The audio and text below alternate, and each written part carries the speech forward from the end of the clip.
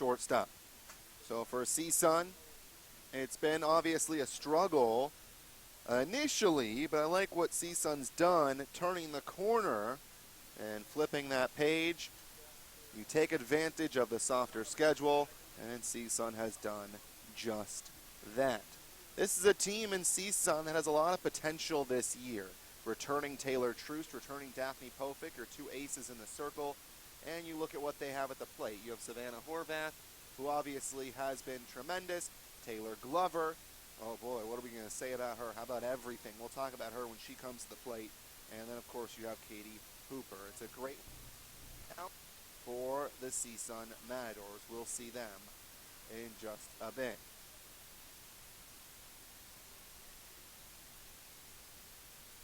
Daphne Pofick in the circle as she gets ready to face Delgadillo, the center fielder, hitting .346 this year. 4 runs and a couple of ribbies. As Pofick stares in to get her sign, here's the pitch at 12:07. It's upstairs for ball 1. Welcome in. Hope you're having a fantastic day. On the year, this is game number 20 for them. Sacred Heart 3 and 5. Pofick ready. Here's the pitch.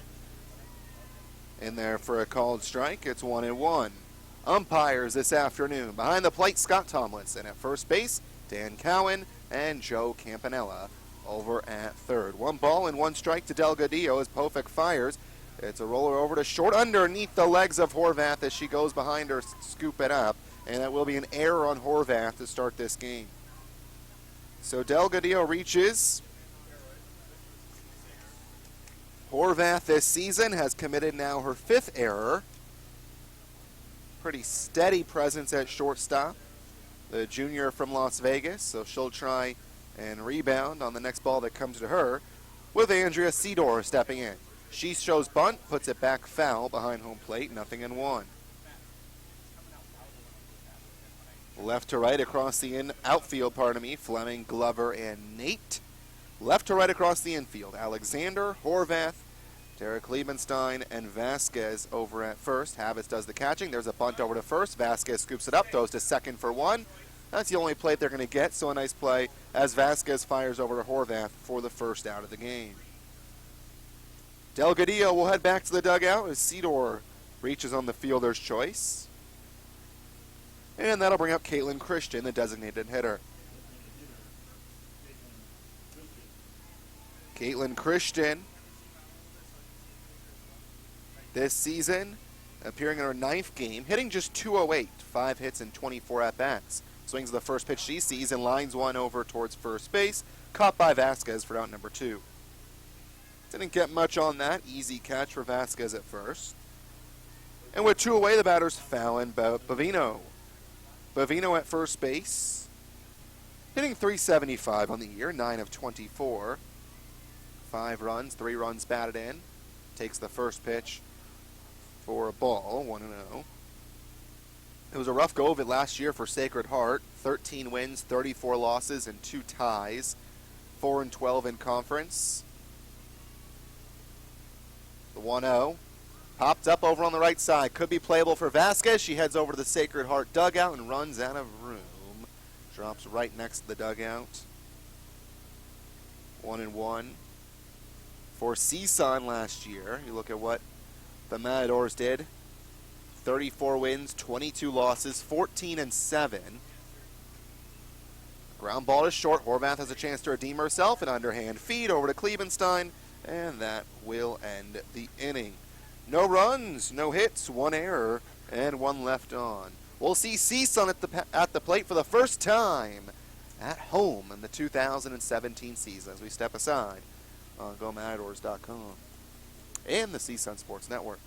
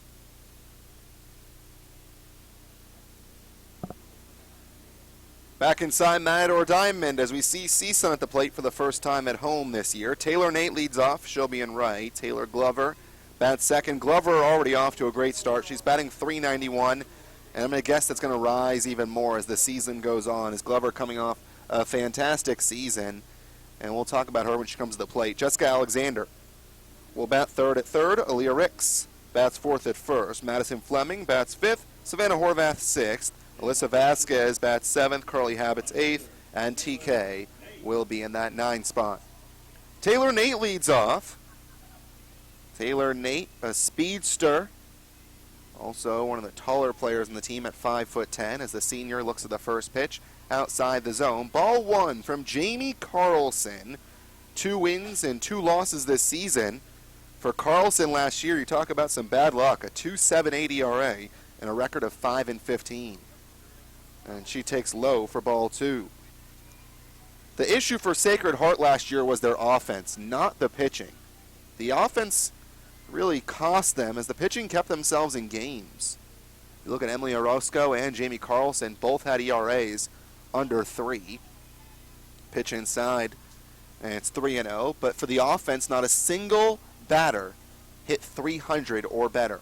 In fact, the best batting average was 297 by Lauren Delgadillo.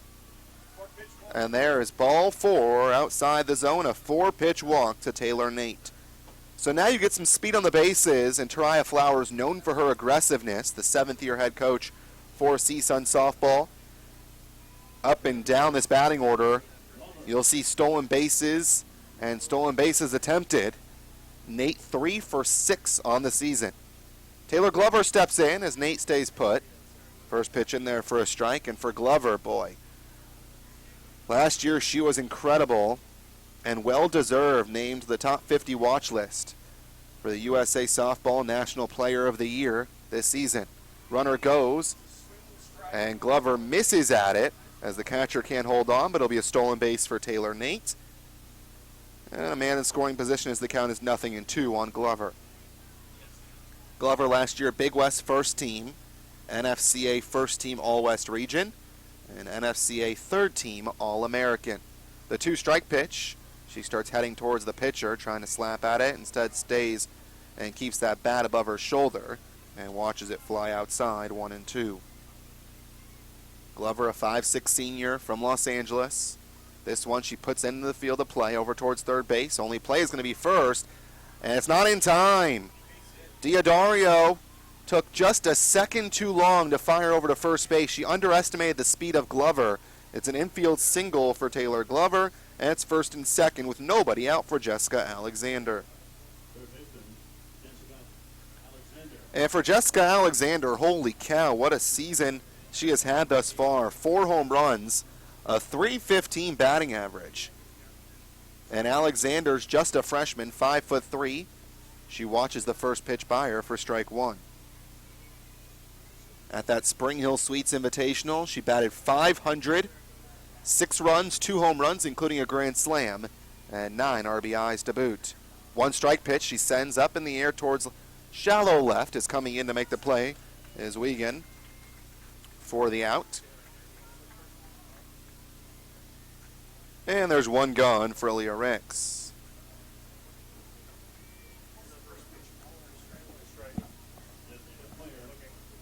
So 2 on, 1 out. The batter is Ricks. Great to see her back after she tore her ACL last season. 2 for 10 with a home run this year. Looks at the first pitch for a strike.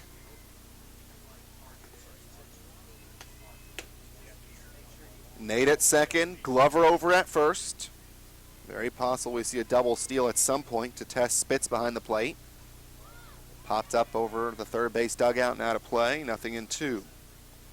Left to right across the outfield. That's a Wiegand over at left, Delgadillo in center, Ford in right, Diodario at third, DeRozier over at short, Cedor over at second, Bavino first base, and Spitz does the catching for Carlson. This one way outside as Glover was starting to head towards second, but she watches in front of her and sees Nate stay at second.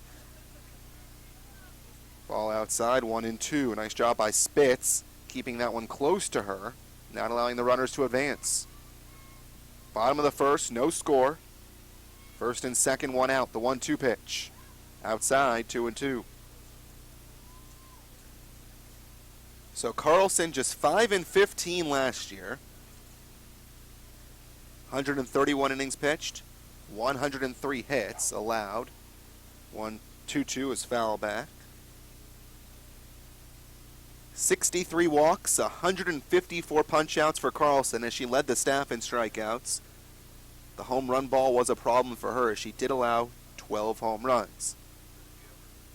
And if you're at CSUN for the first time this year, you see that the fence has been raised as Rick swings through the fastball. Down she goes. 2 away, and the batter is Madison Fleming. And if you would have said last year that Fleming was coming to the plate with 2 on, probably a little bit concerned with the way she hit last year, 143, but boy, she has been spectacular this season. Has made some adjustments here in her senior season as she's batting .326. First pitch low for ball 1. And you go from 6 of 42 on the year to now batting .326, you'll take it. She watches a nice meaty pitch go by her for strike 1. So last season, Fleming, 24 games, only 9 starts. This year, Fleming, 19 games, 18 starts. Pops one up over on the left side. It's the shortstop that heads over towards the line, and she drops it. DeRozier drops it into the field of play. Coming in to score is Nate.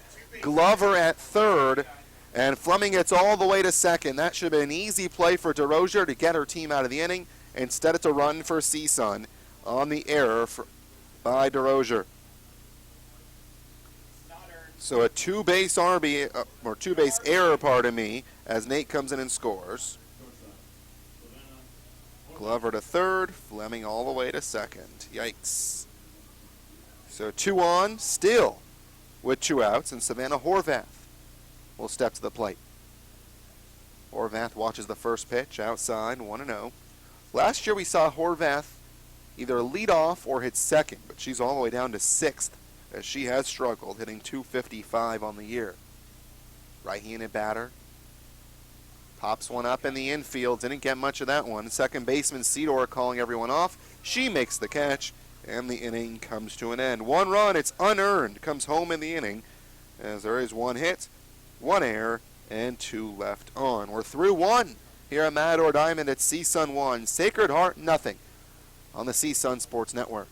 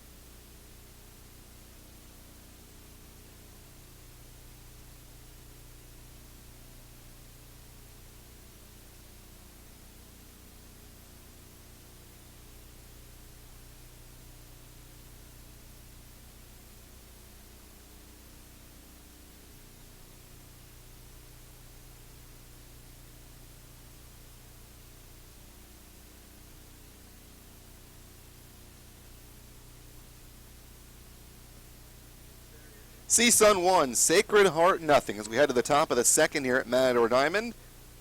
Victoria Diodario will lead off. Diodario will be followed by Spitz and then Ford. 5, 6, and 7 against Pofick. Only base runner reached against her in the first on an error. First pitch is fouled off on the right side. 0-1. Daphne Pofick, a 5'9" senior from Riverside, California. Went to Martin Luther King High School. She'll feature a drop, a change, a rise, and a fastball. A little nubber over towards first, liner for Vasquez as she's there to make the catch. So that'll be 1 out here in the top of the second. And here comes Lindsay Spitz. So for Pofick last year, nice season. 19 wins, 8 losses. .278 earned run average. Nearly 174 innings pitched. First pitch is upstairs on Spitz. 102 strikeouts and 173 and 2/3 innings for Pofick last season, with 14 home runs allowed. She delivers the 1-0. Fouled off. 1-1. Pofick had opponents hit just 237 against her last year. And just an incredible amount of innings pitched. Almost 174. You look at the year before that. She only threw 20 innings. She had 17 complete games last year. Here comes the 1-1. Foul back. A ball and 2 strikes. 17 complete games. That is a lot of innings. And you'll see that a lot in softball. In fact, we saw her come back from game 1 of a doubleheader to pitch game 2. May even happen today. The 1-2 comes in on Spitz as she grounds over to third, and taking care of Spitz as Alexander sends it over to Vasquez, and there's 2 gone. I'd be surprised though if Daff does pitch game 1 and game 2. Not a great guesser, but I'd assume that Truce would pitch game 2. Hannah Ford will step in. First pitch, she pops up over towards the third base side. That's going to drop because it's got some spin and head towards the on-deck circle for CSUN. It'll be a foul ball.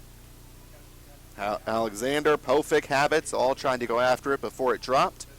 Luckily, it did have a little bit of spin and headed into foul territory. Hannah Ford appearing in her 7th game, getting her first start. Takes high. Ford 0 for 5 on the year with 3 strikeouts, so she has struggled. Ford a late addition to the lineup. Sacred Heart about 5 minutes before first pitch changed about half of their lineup. Fastball off the plate, and it's 2-1. Pioneers have lost 4 in a row. Started the season 3-1, but have struggled recently. Here comes the 2-1 pitch. Foul back. Those 4 losses came against Cal Poly and St. Mary's at the Share Slow Mustang Classic. And some low-scoring games. Against St. Mary's, lost 2-1 and 5-3. Against Cal Poly, lost 2-0, and then, of course, 11-0. That wasn't very low-scoring. 2-2, foul back. That game was final in 5 innings. February was obviously kinder with wins over Toledo, Delaware State, and Howard at the Buffalo Wild Wings Classic. The 2-2. In the dirt, 3-2. After this doubleheader, it'll be the Gaucho Classic in Santa Barbara for Sacred Heart. The full count offering. Popped up left side behind the third base dugout and out of play. And in that Gaucho Classic, Sacred Heart will face Northern Colorado, San Diego, and of course the Gauchos, UC Santa Barbara. And then they'll finish off against George Washington. Lots of tournaments before finally heading home for their first home game on the 23rd of March. 3 balls, 2 strikes, 2 outs as Pofick looks for a 1-2-3 inning. Again the 3-2, and again foul back. Great at bat here by Ford. She's already seen 8 pitches. This will be the 9th of the at bat.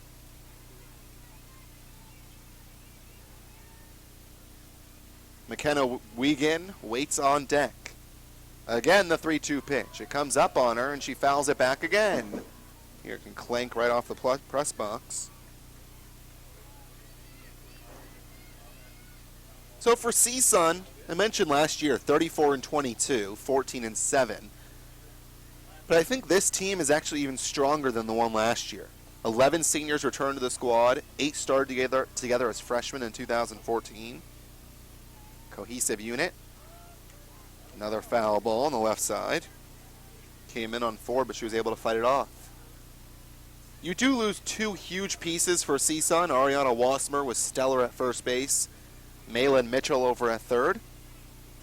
Mitchell being replaced by Alexander, and first base really is a rotating door at the moment. Again, the 3-2.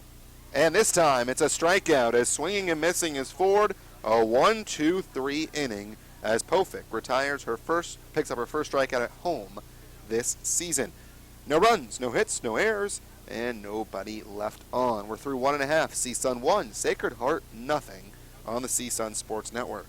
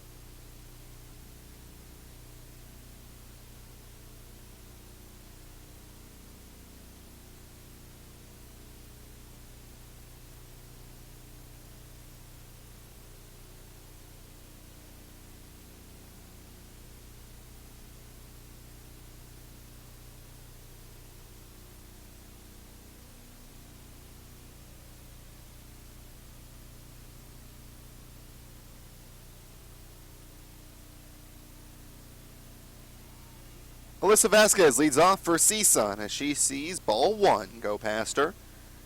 Bottom third of the order, Vasquez, Habits, and Klebenstein against Carlson in the circle. Carlson fires, taken low. Well, called strike at the knees, 1-1. The one thing that I forgot about Scott Tomlinson is he will take his time to show that strike call. Patience. 1-1. This one you know is a strike as Vasquez swings through it, 1-2. I was talking about CSUN and the potential for this year that this team has. You lose Wasmer and Mitchell, but I love what they keep with Nate, Glover, Fleming, Horvath, Hooper, Habits.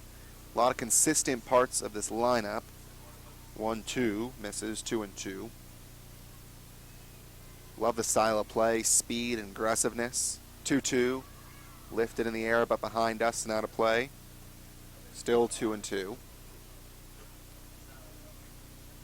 Last year, Tariah Flowers thought some possibilities for Team USA. Horvath, Hooper, Glover. Here's 2-2. Wide outside, 3-2. CSUN picked to finish third in conference, behind Cal State Fullerton and Long Beach State. Here's the full count pitch. In the air, over towards left center field, drifting over as Delgadillo looks into the sun, makes the catch for out number one. So Vasquez retired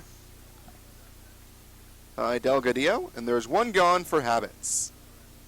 Habits was off to a very slow start, the transfer from Penn State, but she's starting to hit it a little bit. 231 on the season, 2 runs, 1 home run, 4 ribbies. Power bat from the right side. She takes right down the middle for strike one. Right when Tariah got Carly, knew that you're going to get a great presence behind the plate. Big West Defensive Player of the Year. Pitch comes in on Carly. A ball and a strike. But not only was she Big West Defensive Player of the Year, but second team All Big West. As she hit 286 with 7 long balls. A ball and a strike, the pitch. Sent right back to the screen. A couple of fans flinched. 1-2. Habits, of course, sat out that 2015 season after transferring from Penn State. So she's been at it for a while, ever since 2013.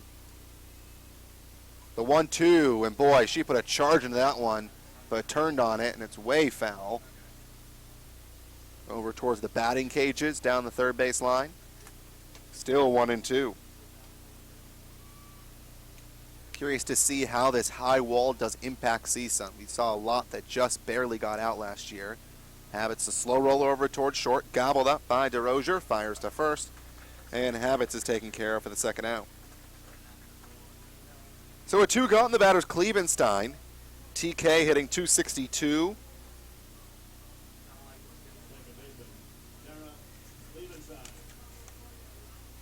Klebenstein's been very productive. She actually leads the team in runs scored with 14. Also has a pair of home runs. And she's your number 9 batter. First pitch, swings through it. 1 strike on the batter. TK last year hit 241. She's another one of those seniors. Hails from Oceanside. 1 strike delivery. Upstairs, but going fishing is Klebenstein. 0-2. Started all 21 games in Big West play last year. Part of that infield of Wasmer, Klebenstein, Horvath, and Mitchell. Here's the 0-2. Comes in on her again. She's able to fight this one off behind the third base dugout and out of play. Still 0-2.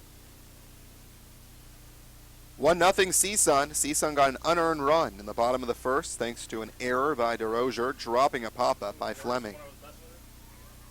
Again, the 2-strike pitch. This one's put into the field of play over towards center as Delgadillo drifts over towards his right, or her right, pardon me, and makes the catch.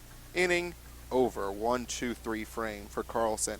I like what I'm seeing from her so far. Besides that leadoff walk tonight, she's actually looked pretty strong in the circle. No runs, no hits, no errors, and nobody left. Through 2 with CSUN 1, Sacred Heart nothing on the CSUN Sports Network.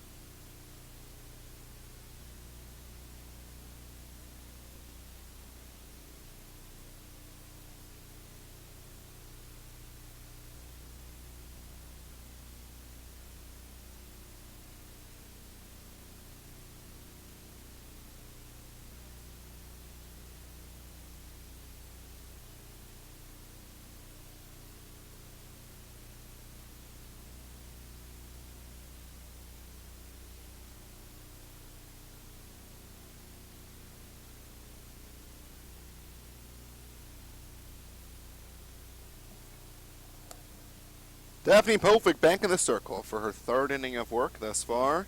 She has not allowed a hit. Only base runner via an error, as leading off will be McKenna Wiegand. Left fielder batting 200, 2 for 10. Not that large of a sample size as she takes strike 1. Wiegand followed by DeRozier and then Delgadillo. 8-9-1 against Pofick. CSUN 1, Sacred Heart nothing. The pitch outside. A ball and a strike. McKenna is a senior from Gilbert, Arizona. The 1-1 pitch sent back towards us, and it's 1-2. Sacred Heart, by the way, is not on the West Coast. It's over on the East Coast. As I hail from the NEC, the 1-2 fouled off on the right side. Still 1-2. Sacred Heart in Fairfield, Connecticut. Mascot Big Red, the Pioneer. Total enrollment 8,500. Pitch in the dirt, 2-2. So not a large school by any means. Private Roman Catholic University, founded in 1963. The 2-2 again popped up and again towards the fans. Right next to us, it's still 2-2. Founded in 1963, Reverend Walter W. Curtis. Again, the pitch outside, 3-2. So another full count. This will be the 8th pitch of the at-bat. Hannah Ford fought Pofick to end the second. Took 11 pitches to retire Ford. Full count pitch. Popped up left side, drifting over is Alexander and Horvath. It'll be Horvath that makes the call and makes the catch for out number 1. That'll bring up Haley DeRozier, the shortstop. She's off to a tough start this season, 3 of 22.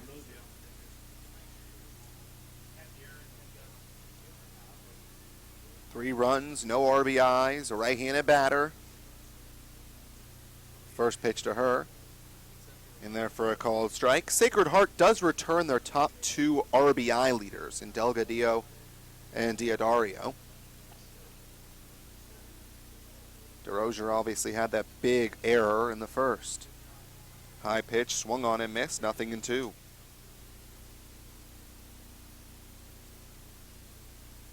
Pofick is now retired, 7 in a row. Looking to make it 8, the 2-strike pitch. Looked at for a called strike, 3. Ringer up, down goes Haley as she'll head back to the dugout, and there's 2 gone, back to the top of the order for Delgadillo. Lauren reached on error by Horvath to start this game off. We've already seen a pair of errors in this game. 1 run, 1 hit, 1 error for CSUN, no runs, no hits, and 1 error for Sacred Heart. Delgadillo, right-handed batter. Here's the pitch from Daff. Bounced in there. 1-0. Delgadillo wears the number 21. Junior from Rancho Cucamonga. So a chance for some of her family members to see her play. Grounder off the glove of Pofick. Gets over to Horvath. Plenty of time, though, to fire to first to Vasquez to end the inning. So a 1-6-3 putout. And so far, Daphne Pofick has been stellar in the circle. As we head to the bottom of the third, it's 1-0 CSUN on the CSUN Sports Network.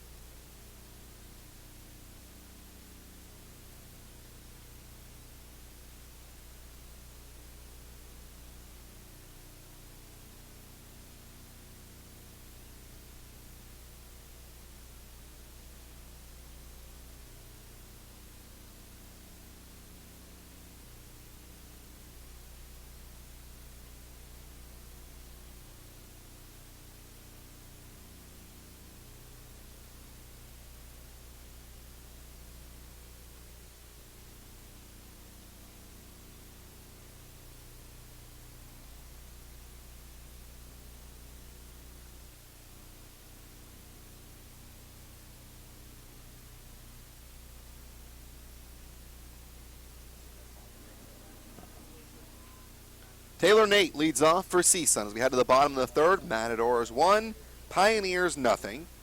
Nate walked on 4 pitches in her first at-bat, and she's yet to see a strike as the first pitch is high and outside from Carlson.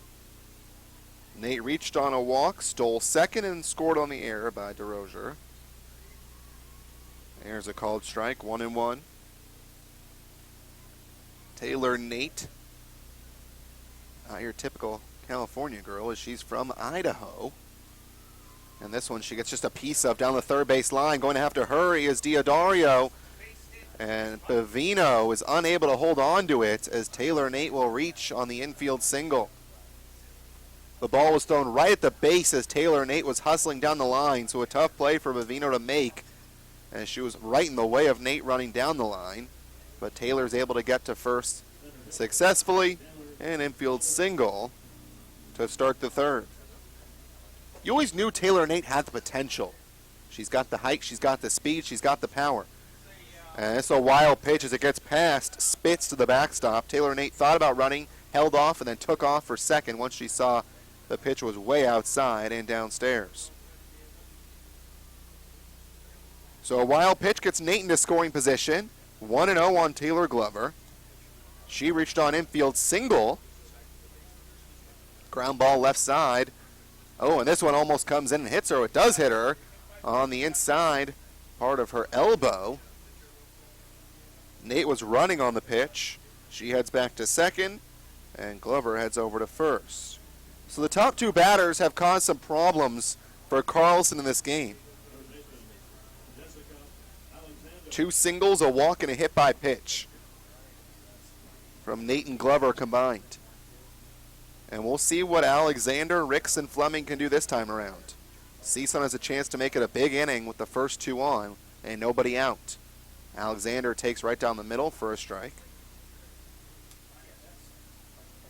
Jessica flew out to left. And her first at bat. The 1-strike pitch. Alexander swinging and towering fly ball over on the left side. Foul territory as moving over towards the fence and making the catch is Diodario. So Alexander fouls out. And the batter will be Ricks. So what happened with Alexander last week perhaps carries over here is that Taraya saw the power that Alexander exhibited and elected not to bunt, instead letting her swing away and instead of moving the runners over. You're still stuck with first and second. This time the runners will take off as Taylor Nates and Taylor Glover complete a double steal as Ricks swings and misses. So it's a strike on Ricks, but Nate and Glover take off.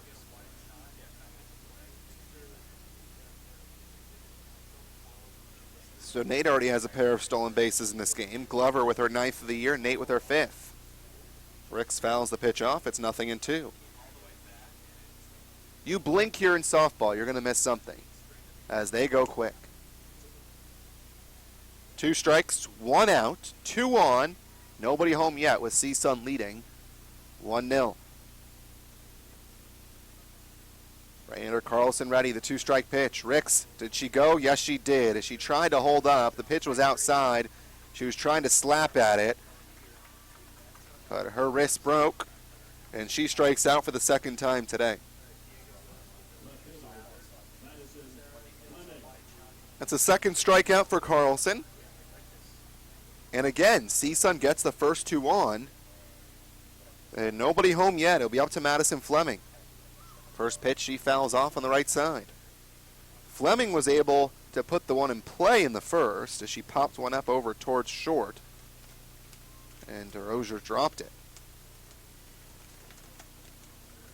See what Madison can do this time around. Hopefully pick up a pair of RBIs. The 1-strike pitch. Outside corner. She looks at it. Strike 2. So Nate and Glover are doing their jobs. They're getting on base. But the middle of the order not taking care of business thus far.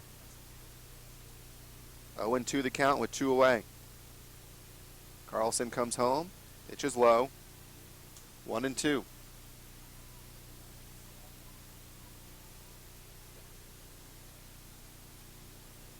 Carlson, a right-handed pitcher in the circle. Senior from Corona. This is blasted towards left field. Going back is Wiegand. She looks up. It's off the wall. 2 runs will score as Fleming slides into second base safely with a 2-run double. She got all of that one. And with the fences last year, that would have been gone. But this time the fence is raised and it stays in the field of play. But 2 runs come home. Nate and Glover score. And just like that, it's 3-0.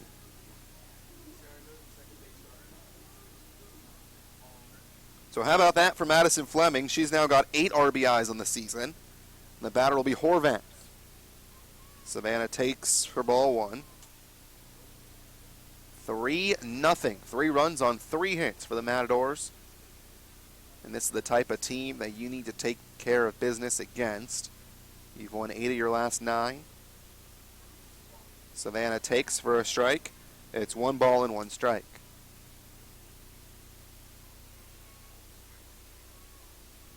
Savannah, 5'6" junior, went to Centennial High School. She'll swing at the high stuff, but she can get that bat on it and send it out of the park. Last year, she was the only player in the Big West to have double-digit home runs and double-digit steals. The 1-1 pitch. She gets a piece of it and sends it foul on the left side. 1-2. Horvath last year, first team All Big West, as she played and started in all 56 games. And boy, was she good, a .320 average. 13 long balls, but has struggled a bit this season. 1 and 2. Again, gets a huge piece of it, but sends it foul. Freshman Field Co-Player of the Year in 2015. First team All-Big West. Second team All-West Region. She's been great. The 1-2 popped up and towards right center. Coming in and unable to make the grab is Ford. Boy, she misjudged that terribly. She thought it was going to go over towards right center where she was playing, but it actually came in as the wind is blowing here at Matador Diamond. It drops in, and coming around to score is Fleming, as CSUN now leads 4-0. So it'll be an RBI, a double for Horvath. And you could tell right away Ford just a little unsure of that ball in the air. Here's Vasquez, swings at the first pitch, lines it off the pole. Behind home plate, 0-1.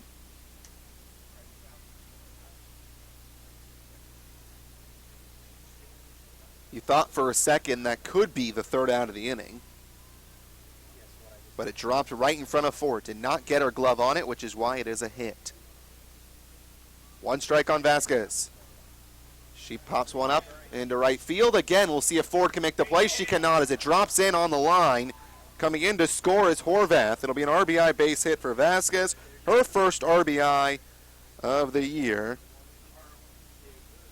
as the freshman picks up her first RBI as a Matador. Score now 5-0. CSUN leads as 4 runs home, and all 4 runs have come home with 2 outs. 2-run double from Fleming, an RBI extra base hit from Horvath, and RBI single from Vasquez. Carly Habits pops one up and sends it back. 1 strike on her. So for Carlson, looked great the first 2 innings and looked great with 2 outs, but she's allowed a couple of doubles and a single, but frankly her defense has not helped her. 0-1 foul back, 0-2. Ford should have had the one that was hit by Horvath. And that was a tough one down the line. That was hit by Vasquez. The 0-2 outside.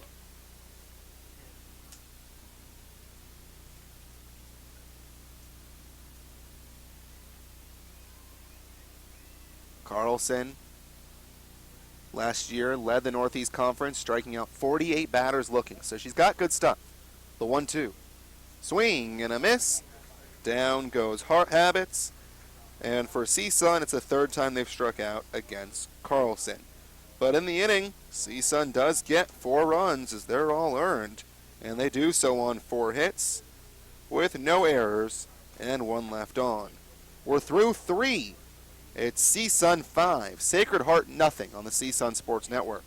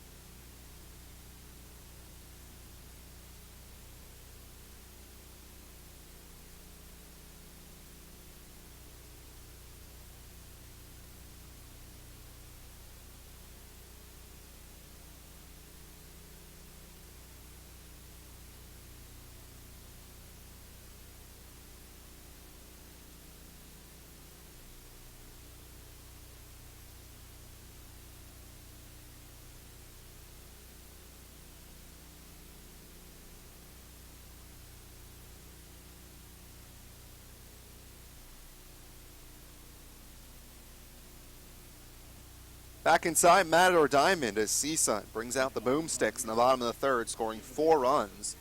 It is 5-0 Matadors.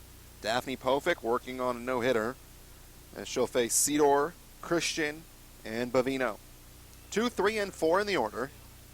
Cedar reached on a fielder's choice in her first at-bat. Gets a piece of it, but not much of it. Foul back. 0-1.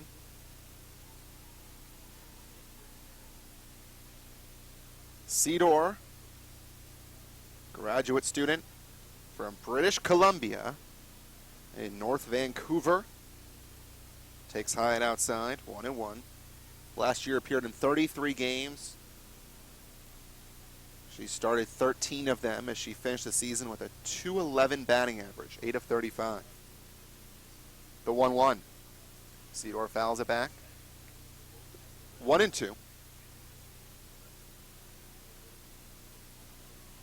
So .211 batting average last year, .429 this year. That's quite the improvement. 9 hits and 21 at-bats entering today's game. The 1-2 pitch. Popped up in the infield. Should be Alexander's, and there's one out. So Jessica makes the grab, and there's one gone for Christian. Caitlin Christian lined out to first, her first time up. Caitlin, a freshman from Torrance. Not often you see a freshman in that 3 spot, but that's exactly what Sacred Heart has, and exactly what CSUN has. First pitch is a ball. Christian led Torrance High School Division IV championship in 2015. The 1-0. Ground ball over to third as one freshman trying to retire another, and she does. 2 gone on the 5-3 putout, and the batter will be Bavino. Fallon Bavino grounded into a fielder's choice to end the first inning. Bavino, the first baseman, a junior from Milford, Connecticut. First pitch at the letters, swung on and missed, 0-1. And for those that don't know where Milford is, if you watch the Dan Patrick Show, that's actually where they film the DP show, is in Milford, Connecticut. It's a small, small town. Here's the 0-1. And outside, 1-1. Bill feeding one on a platter for me there. Was all ready to talk about the DP show, filming in Milford. Ball and a strike, 2 outs, 5-0 Matadors. Right-hander delivers. Again, back to the screen. 1-2. So Pofik's not missing a ton of bats, but she's not allowing these Pioneer batters to get a ton of contact on that softball. Wind blowing out to left. The 1-2. Swing and a miss. So just as I say that, of course, she swings and misses. It's the 3rd strikeout for Pofik. Another 1-2-3 inning for Death. As we're through 3.5, it's CSUN 5 and Sacred Heart nothing on the CSUN Sports Network.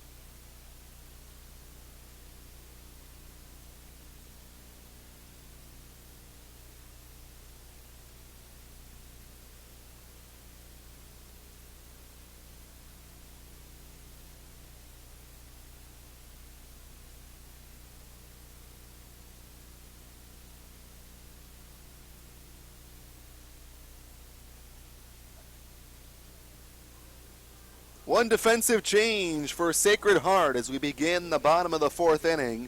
Taking over in right field is Stephanie Appleberg. So Ford will be on the bench, at least for now. She can always come back in and bat. Hannah Ford 0 for 1 with a strikeout today. We'll find out if Ford's going to bat in the 5th inning.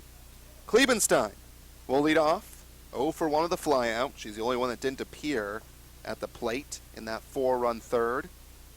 Take strike one from Carlson.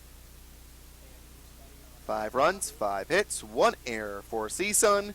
No runs, no hits, 1 error for Sacred Heart.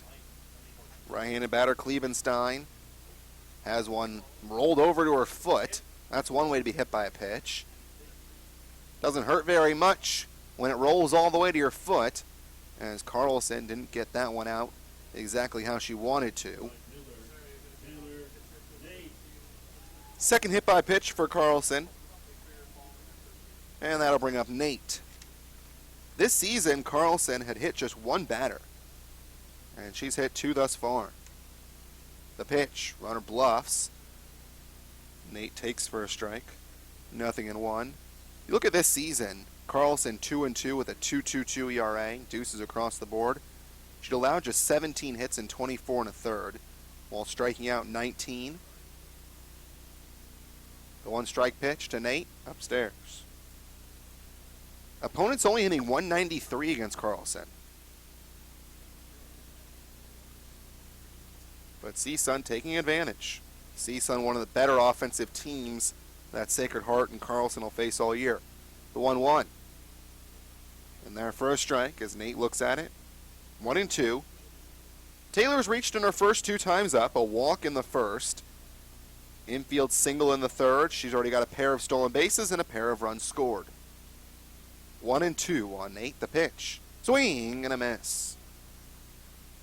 4th strikeout for Carlson. And Nate will head back to the dugout. And there's one away for Glover. It's just incredible what Glover has done during her 4 seasons at CSUN. First team All Big West. All 3 years. This one's put into field of play. Drops in front of the left fielder Wiegand. And just like that, Taylor Glover adds another base hit to her resume. So she's been on all 3 times today. No surprise. 2 singles and a hit by pitch. Klebenstein stops at second, so it's first and second for Alexander. Glover, by the way, the first Matador since 2004 to be named an All-American. First Matador in over a decade. Turned 2 career first-team All-Region honors. Alexander 0 for 2. Fly out and a foul out. First pitch to her is below the knees for ball 1. So another RBI situation for Alexander. First and second, just 1 out. CSUN leads 5-0. See if the power back comes out. The pitch, 1-0, back to the screen. It goes, 1-1. Alexander's got the power. As CSUN looks for perhaps a mercy in game 1.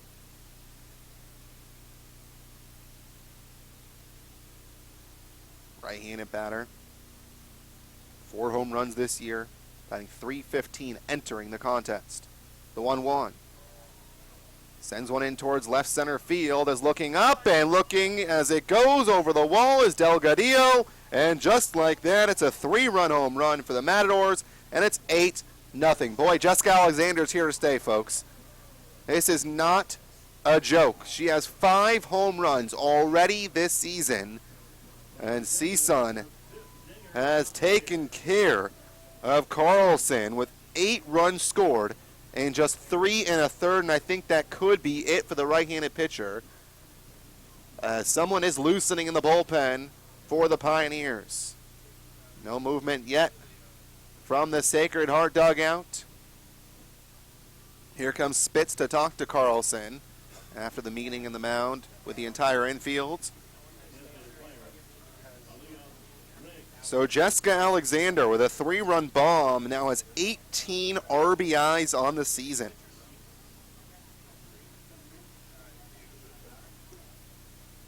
You thought Taylor Glover was good with her 14 RBIs. Alexander not to be outdone. Ricks has struck out her first 2 times up as she watched one fly past her on the outside corner for a strike. Aaliyah has not had great at-bats. She's another one that's got power. Left-handed batter, the 1 strike. Takes it low. 1-1.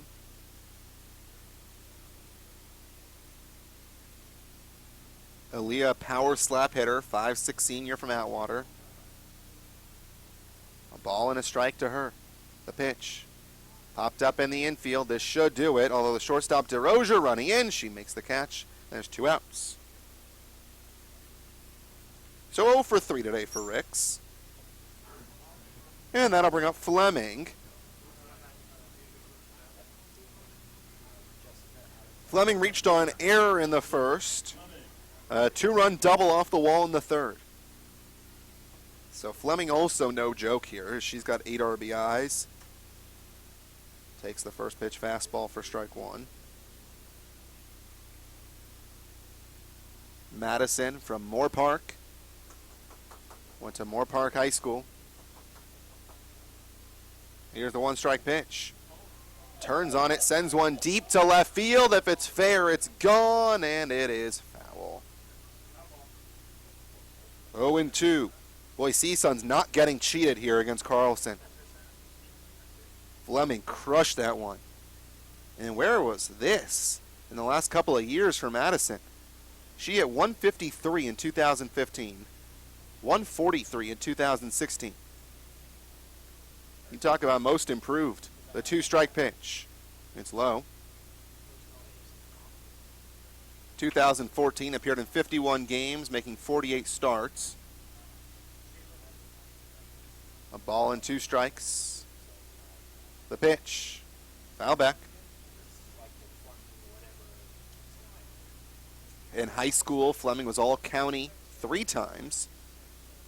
Helped lead the team to 2 league titles. Also played 1 year of basketball. A ball and 2 strikes to Fleming. 3 runs already home here in the bottom of the 4th. 8-0 Matadors. The pitch.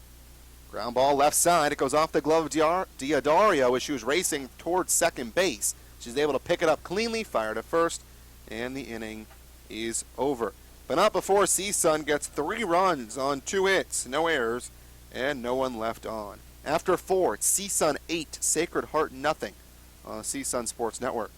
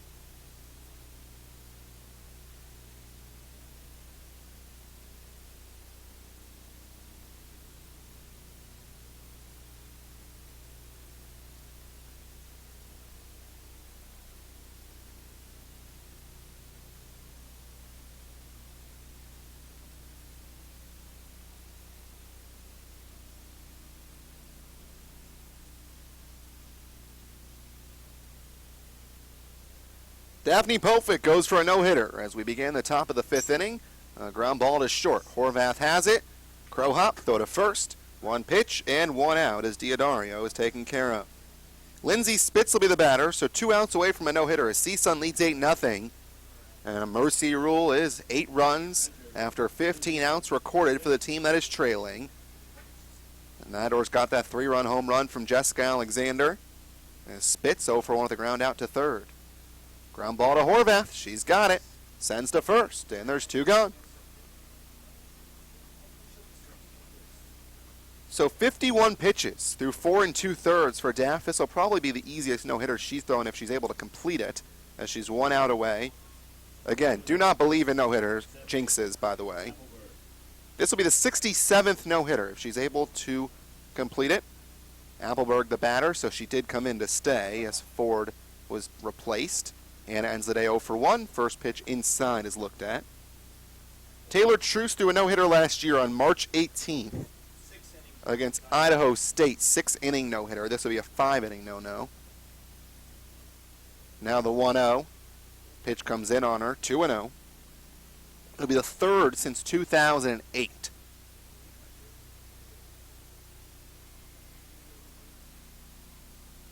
So Appleberg at the plate.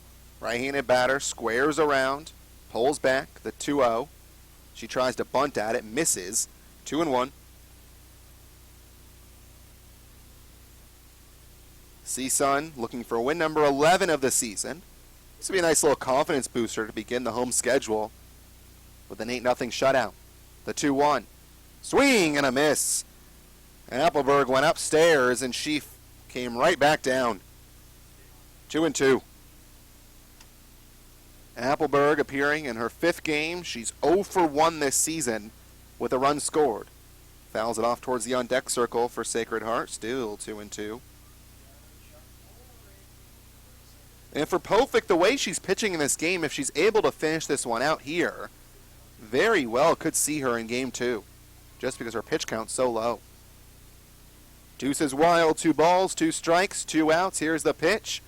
Ground ball right back to Daff. She throws to first. It's a no-hitter as Daphne Pofick has thrown the first no-no for CSUN since last year on March 18th against Idaho State. It's an 8-0 victory for the Matadors, and CSUN wins game 1, courtesy of Daphne Pofick's no-no. And for the Matadors, you think they'd be a little more excited over there on the left side. It is business as usual for CSUN as Daphne Pofick fires the no-no. So Pofick goes and just easy 5 innings. I mean, she did not have any trouble at all. She struck out 3. It's the first career no-hitter for Daff. 5 innings pitched, no hits, no runs. Did not walk about her. The only blemish on her resume was actually an error by Horvath. The first batter of the game, a ground ball to short. Delgadillo was able to reach as Horvath had one go underneath her legs. So, not too shabby for Daff as she improves her record to 5-3.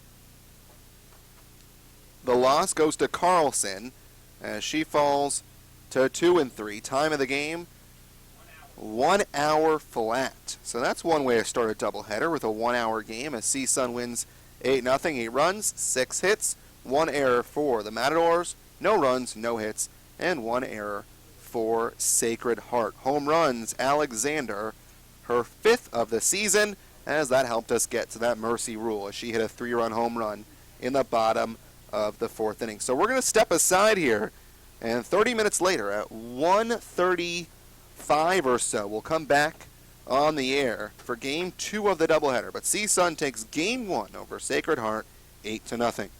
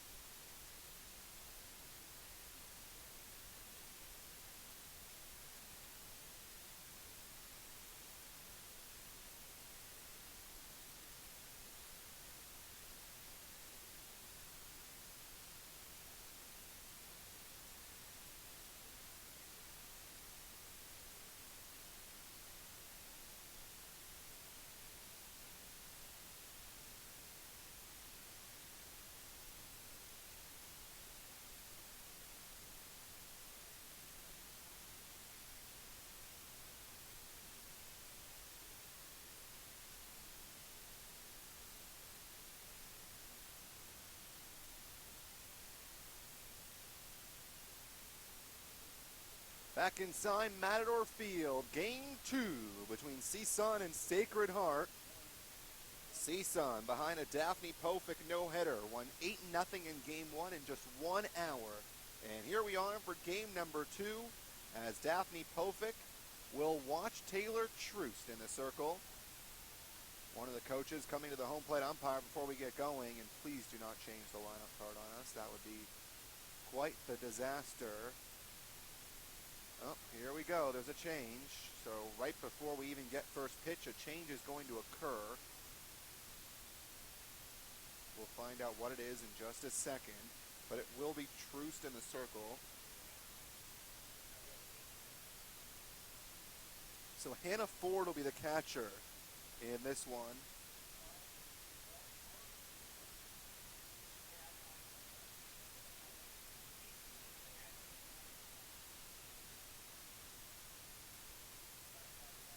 We'll tell you the change as we get it sorted out, as the first pitch is outside from Troost at 140. Jeff making things difficult for us. Delgadillo is the batter as Troost delivers. Now here's the 1-0. In there for a strike, it's 1-1.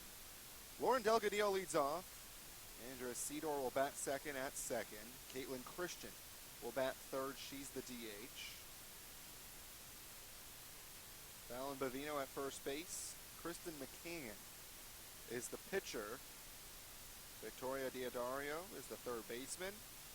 Stephanie Alberg's in right. Sierra Casali bats eighth. The shortstop, McKenna Wiegand, the left fielder, and the catcher is Hannah Ford. This one fouled off on the left side and out of play, 1-2. It's always difficult in the double headers because you get the lineups about 5 minutes before first pitch, so difficult for everybody involved, to be honest with you. Scrambling to try and get those lineups to everybody that needs them. 1 ball, 2 strikes.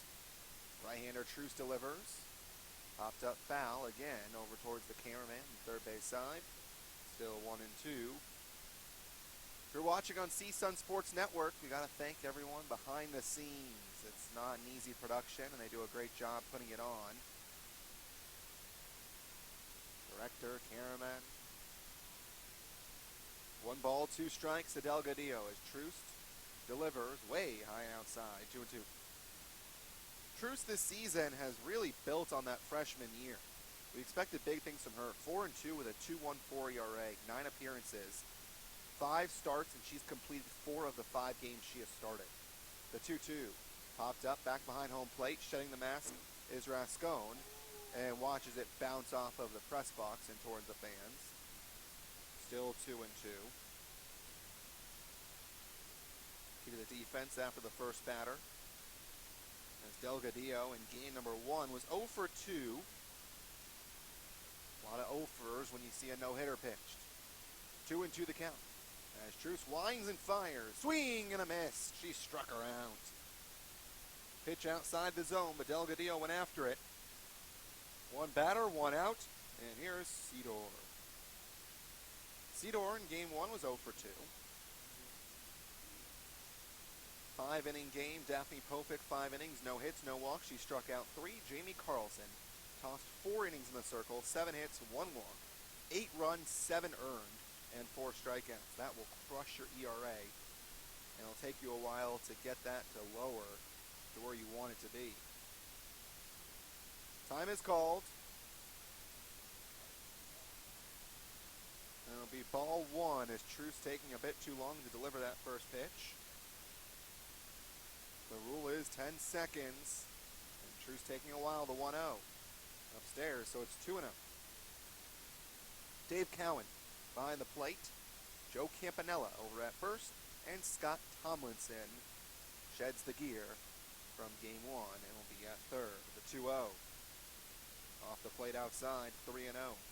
So Troost last year struggled with the long ball, but this season doing a little bit better of a job keeping the ball in the park.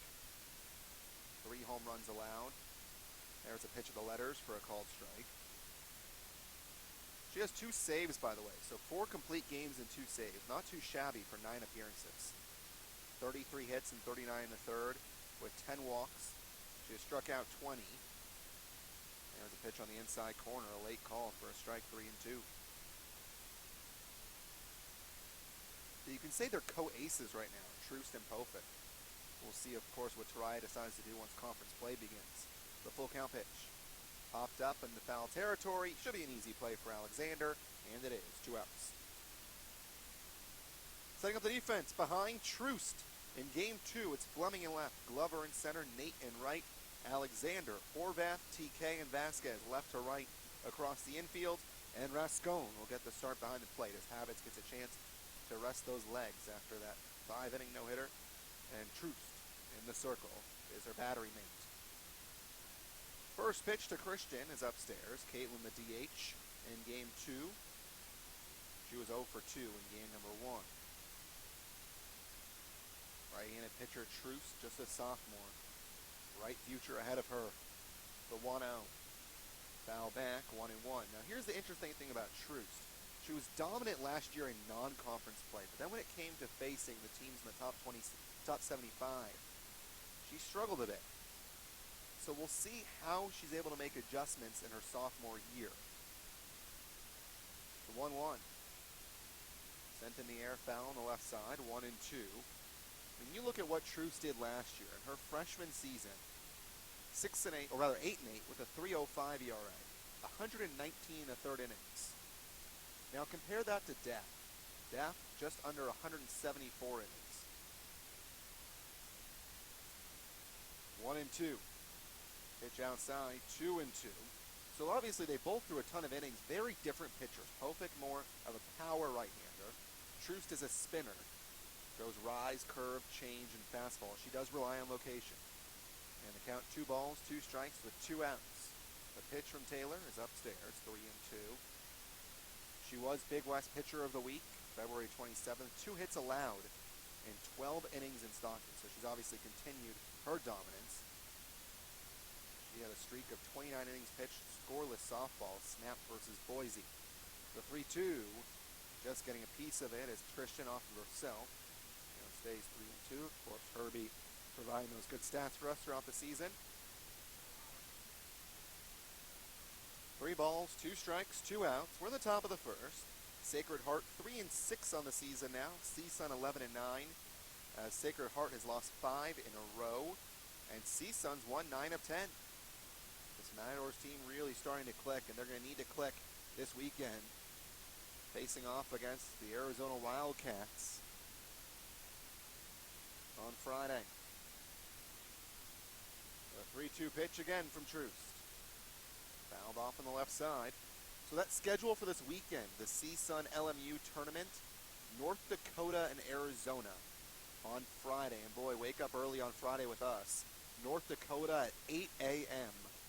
and then Arizona at 10:30 a.m. And then on Sunday, CSU Bakersfield will be here for a 4 o'clock first pitch. And then, of course, you have the CSUN basketball team on the men's side facing Cal State Fullerton on Thursday in the first round of the tournament. The women's team in the semifinals as they'll play on Thursday. The 3-2 off the plate for ball 4. So a lot happening right now at CSUN with both basketball teams in the Big West tournament. The baseball team coming off a series victory at Vanderbilt in Nashville. Number 17 team of the nation, Commodores. There's doors versus doors, and the DORS come out on top. Here's Bavino, the first baseman. First pitch takes just at the neck for ball 1. So we'll have the call for you. Both games on Friday, 8 and 10:30, and then on Sunday at 4. Talk about the games being spaced out a bit. No games on Saturday, and Sunday don't play till 4. Fastball in the outside corner for a strike, 1-1.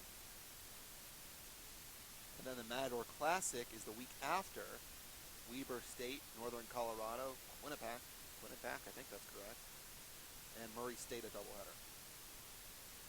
Here's the 1-1. On the outside corner for a strike, 1-2. So after those 2 tournaments, the next home game will be against Hawaii on April 7th. So just like that, Big West plays almost here. 1 ball, 2 strikes, 2 outs. Right-hander delivers, and she takes some off of this one as Bavino was out in front of it and swings and misses. True strikes out 2. Boy, nice change up there. No runs, no hits, no errors, and 1 left on. We'll see CSUN at the plate for the first time in Game 2. No score on the CSUN Sports Network.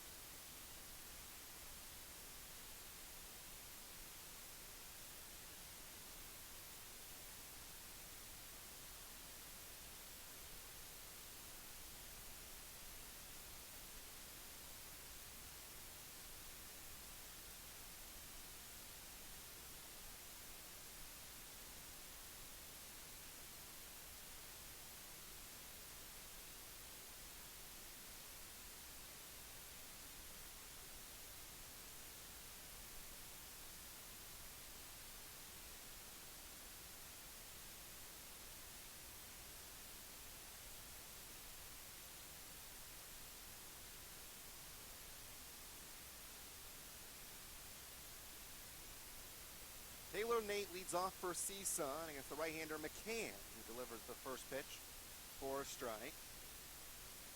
Kristen McCann, the pitcher, right-handed pitcher. As the first baseman has to tie her shoes, so play is stopped momentarily. It'll be Taylor Nate leading off. She'll be followed by Taylor Glover, then Jessica Alexander. Savannah Horvath will be in the cleanup spot for game number 2. Pitch misses for a ball, 1-1. Batting in the 5 spot for CSUN, Madison Fleming, then Cheyenne Noli, Aliska Vasquez, Eric Klebenstein, and then Alejandra Rascon. Nate swings and misses. It's 1-2. Taylor Nate in game 1 was 1 for 2 with 2 runs scored. Also had a pair of stolen bases, so she's got 5 now for the season. She takes for a ball. It's 2-2. Taylor Glover is on deck.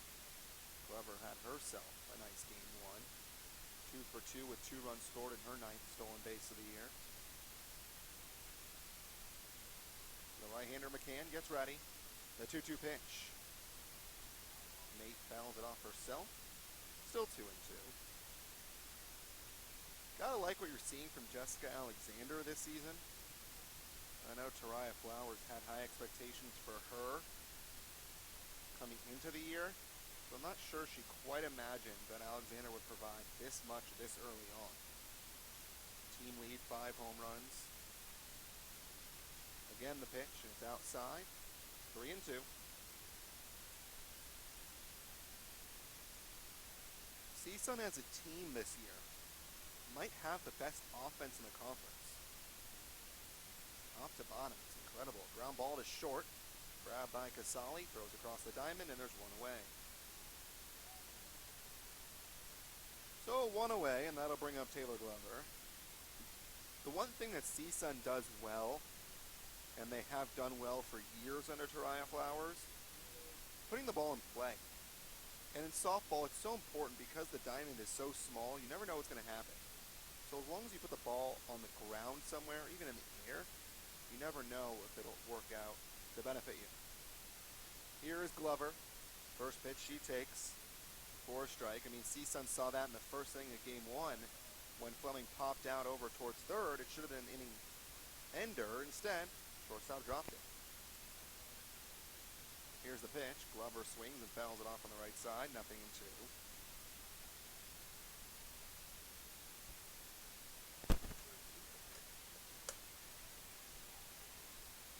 No balls, 2 strikes on Glover. That really has not seemed to bother her at all this year. She has 7 strikeouts, which is not too bad considering that if you look at how many at-bats the rest of the team has. 7 strikeouts, not too bad. She puts one up on the left side as Casali picks it up, fires to first, not in time. That's all you got to do. If you're Taylor Glover, you have the speed that you have. Hit it over to the left side, and every time it's going to cause problems. And she has an infield single. So Glover's on. That'll bring up Alexander.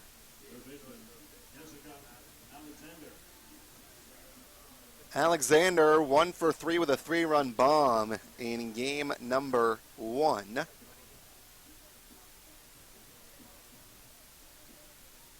Sacred Heart versus CSUN here at Matador Diamond. Brandon Marcus here. Nice to have you along. Right-hander McCann delivers outside. 1-0. Defensively behind McCann, it's Wiegand in left, Delgadillo in center, Appleberg in right. Over at third base is Diodario, Casali at short, Cedor at second, Bavino at first, and Warnkin does the catching. Runner goes, it's a slow roller over towards second, picked up by Cedor, throws to first in time, and there's 2 outs. So Glover gets in a scoring position for Horvath. So Savannah in game 1 was 1 for 2 with a run and an RBI. And so she gets moved up from that 6th spot to the 4th spot.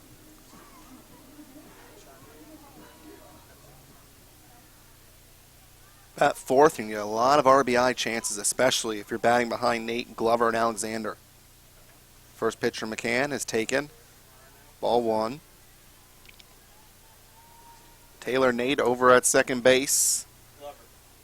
Or pardon me, Taylor Glover over at second base. Wrong Taylor there. Glover has 9 stolen bases. She could be on the run. It's a possibility. Test Warnkin behind the plate. The pitch. Gets the outside corner for a strike. 1-1. The only loss that CSUN has had since the 24th in that opener, the Libby Matson Classic against Sacramento State, was a 14-11 loss to Weber State. Pitch down, 2-1. Besides for that, they've had wins over Boise State, 16-1 and 1-0. Santa Clara, 11-7. Weber State, 5-0. And then Seattle, 2 wins against them. Pacific a victory, and a win against Sacramento State. The 2-1. Outside, 3-1.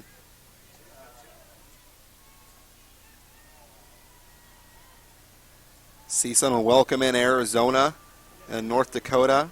Faced Arizona earlier this year, lost 6-0 in that game. Now the 3-1 pitch.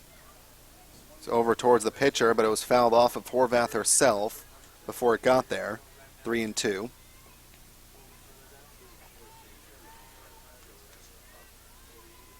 So we'll see what CSUN can do this weekend.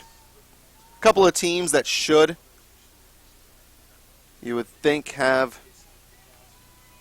a weaker offense at least in North Dakota and CSU Bakersfield. The 3-2, just getting a piece of it again, fouling it off. Arizona will be a tough test, but the way CSUN has played recently, we'll see. You never know. Glover at second base, 2 outs. 3 balls, 2 strikes, no score. Bottom of the first here from Matador Diamond. The pitch. Grounder right back to the pitcher. McCann's got it. Underhand feed to Bavino. Inning over. No runs, 1 hit, no errors, and 1 left on. We're through 1 here at Matador Diamond. No score on the CSUN Sports Network.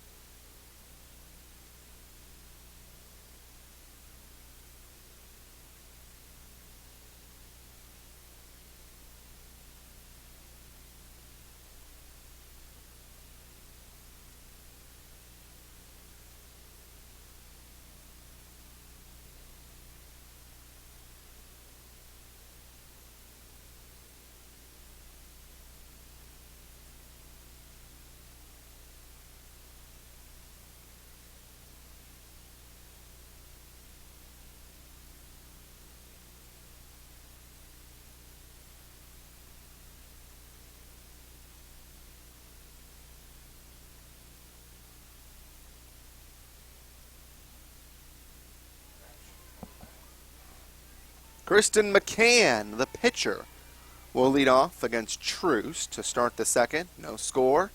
Truce's first pitch grabs the inside corner as it nestles into the mid of Rascone for strike one. McCann, Diodario, and then Appleberg against Taylor. McCann batting from the right side. She's a right-handed pitcher. The 0-1. Swing and a miss. She went upstairs and got nothing and two.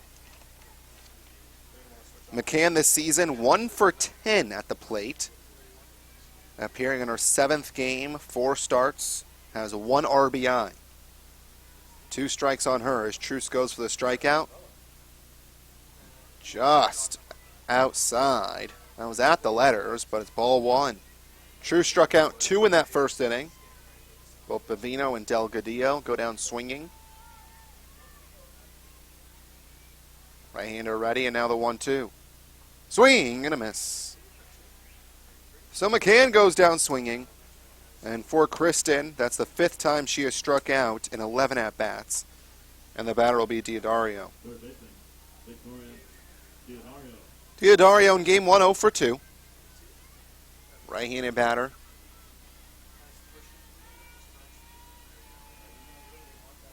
Victoria wears the number 19 from Lincoln Park, New Jersey.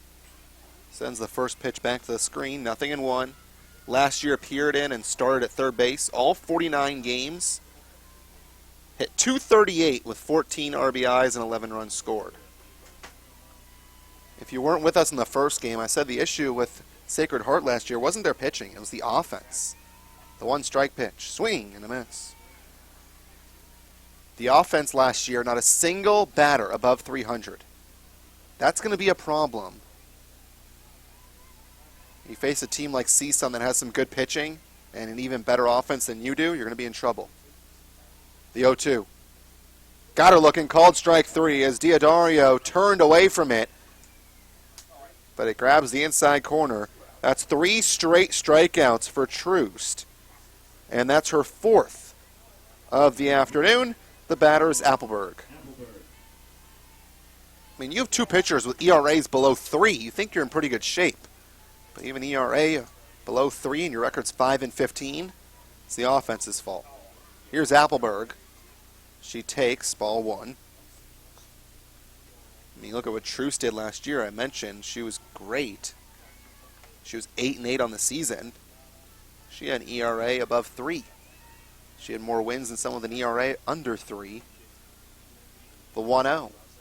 And that's partly because of the offense. There's a strike. 1-1. So we'll see what type of stride Sacred Heart can make at the plate this year. LIU Brooklyn chosen as the favorite in the Northeast Conference. Sacred Heart picked to finish 7th. Now the 1-1 pitch. Swing and a miss. It rose up on her. 1-2.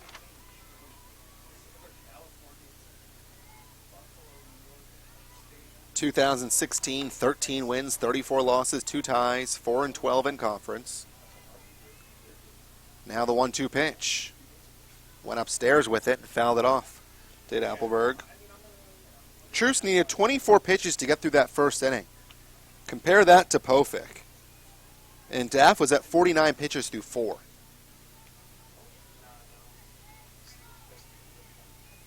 Only needed around 58 pitches to get through that no-hitter. The 1-2 again, sails high. CSUN's won 3 games in a row.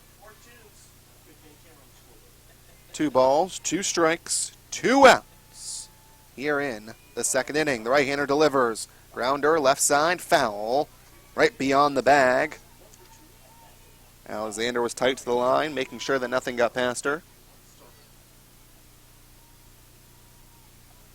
Truce last year, 28 appearances, 11 team starts. Freshman year, to appear in that many games says a lot about the way you performed in the circle. Again, here comes the 2-2. Grounder over towards third, 1 hop into the mid of Alexander, fires to first, and the inning comes to an end.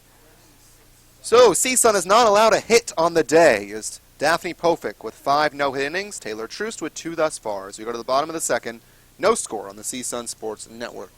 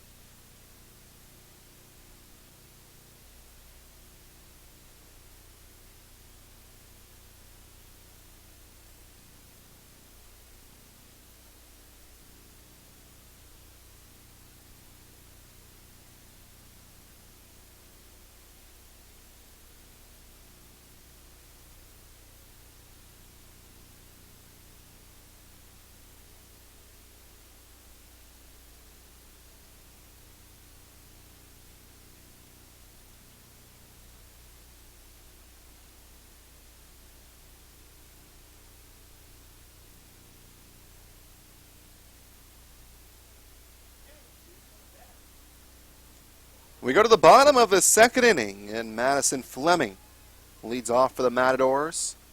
Takes low and outside, 1-0. Nice game for Fleming in game one. 1 for 3 with a run and 2 RBIs. Fleming just continues to tack it on early on this season. About average above 300. This one's ripped foul down the left side. She turned on that one, and a scorching ball past the third baseman Diodario, but foul. 1-1. Madison Fleming, followed by Noli and then Vasquez. And Noli right now is in the on-deck circle. The 1-1. Well, that one drops in there for a strike. That was a beauty. 1-2. Taylor Glover, our only hit so far here in the bottom of the second. No score. Now the 1-2. Downstairs, 2-2. McCann put more speed on that pitch. So we'll get our first look at Noli here at home. A pitcher that's going to swing the bat. The 2-2 off the plate, 3-2. Madison Fleming. God, you cannot say enough about her and the way she has improved this season. A consistent force in this lineup. 3-2 is the count. Matadors looking for the leadoff base runner. The pitch. Grounder right side. Charging is Cedor. Fields it cleanly. Tosses over to first. And there's one away. And so here comes Noli. Cheyenne, a 5'9 freshman from Chandler, Arizona. Went to Hamilton High School. Played 4 seasons of softball for the Huskies. And she helped her lead her team to an Arizona D1 state championship. Takes the first pitch outside, 1-0. So Noli swinging the bat. And this will be her first career at bat. The pitch. Outside. And it's 2-0. You know, you start to think you're old when you see that they're born in 1998. And here we are in 2017. The 2-0 comes in on Noli, swings and sends it foul on the left side. 2-1. I mean, back when I was in minor league baseball, they'd be born in 88, 89. You'd be like, okay, that's fine. But now here you go, 1997, 1998. I mean, sooner than you know, they're going to be past 2,000 of these kids are going to be born. The 2-1. Grounder right back to the pitcher as McCann. Easy toss to first, and there's 2 away. Soon you're going to get to the point where these girls here weren't even around for Y2K, when the entire world was supposed to collapse. So here's Alessa Vasquez. Vasquez, the first baseman. 1 for 2 with a ribby in game 1. Right-handed batter. Where's Michael Jordan's number? The pitch. And there for a called strike, 0-1. Speaking of Michael Jordan, a pretty good piece done, I believe it was by Herbie, on the CSUN website on Taylor Glover. Yeah. Talking about Ken Griffey Jr. and Taylor Glover, the comparison there. 0-1 pitch, misses inside, 1-1. Taylor choosing to wear the number 94 because that is her birth year, as we speak, of course, of the 1997 and 1998. The 1-1. Off the plate, ball 2. So just like her fellow teammate, Carlson, not doing much here in the first couple of innings. This pitch foul back, 2-2. CSUN offense was very quiet until the third inning. Got 4 runs in the third in game 1 and then 3 runs in the fourth. Ended up with that 8-0 mercy. 2 balls, 2 strikes, 2 outs. Righty winds, delivers. Lined over towards first, underneath the glove of Bevino. Down the line, is taking the turn and stopping is Vasquez. Nice job by Appleberg getting to the ball quickly to hold Vasquez to a single.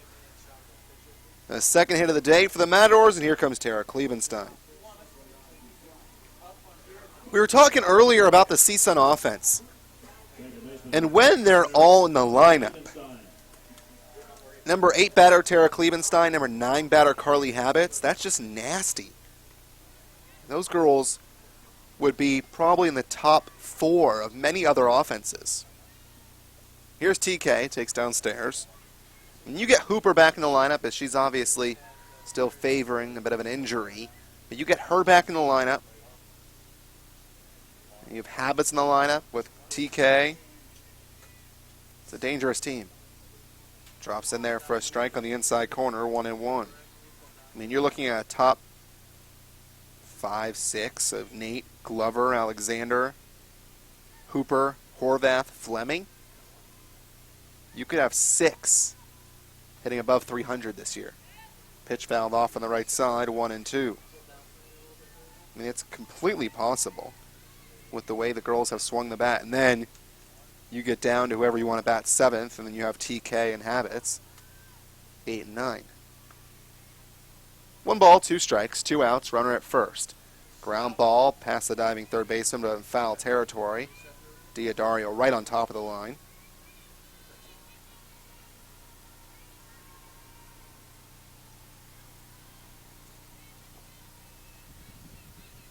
Mentioned earlier, CSUN picked to finish 3rd in the Big West.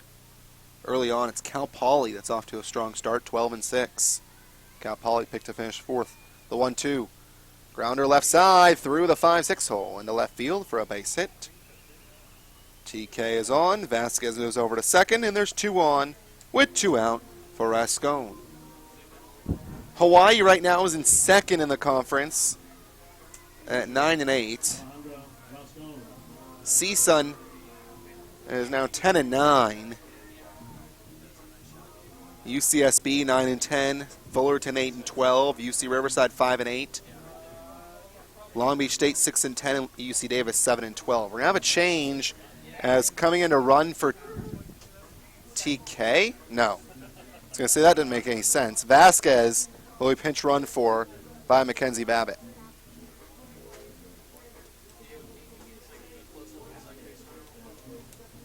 So it makes sense to put some speed on the bases when you have someone in scoring position. So Babbitt pinch runs over at second. So now you have TK and Babbitt on the bases with Rascone, at the plate. Rascone, 1 for 15 this year. Left-handed batter, takes the first pitch. Off the plate, 1-0. Switch hitter bang from the left side against the righty. Rascone, 7 games she's appeared in before today, 7 starts. 1 for 15 with 1 run. Swings and misses, a vicious cut there, 1-1. 8 strikeouts in 15 at-bats. She's striking out every other at-bat pretty much. She's just trying to put this one in the field of play. The 1-1. Just outside, 2-1, as Warren can hold on to that one just a bit longer than usual, hoping to get the strike call from Dan Cowan, but not to be as the count's 2-1. Babbitt off of second, TK over at first, the pitch. Downstairs, 3-1. So this is really the last thing you want to do if you're McCann, and that's walk the number 9 batter to go back to Nate and Glover. Rascone, just a freshman. The 3-1. Swing and a miss.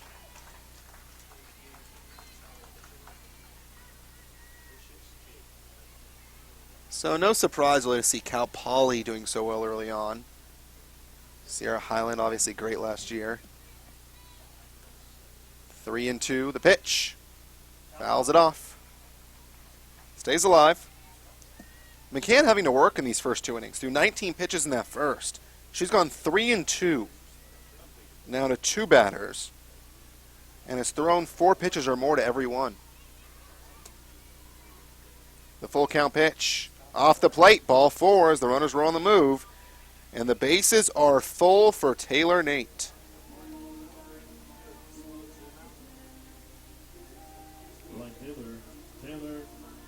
Nate 1 for 2 in game 1. She's 0 for 1 with the ground out today. Nate has some power. but yet to hit a home run this year. Right-handed batter, here's the pitch. Slow roll over towards short, gobbled up by Casali across the diamond. And Sacred Heart gets out of the bases loaded jam as Nate grounds out to short for the second time in game number 2. CSUN threatens, but to no avail as we are still scoreless through 2 at Matador Diamond.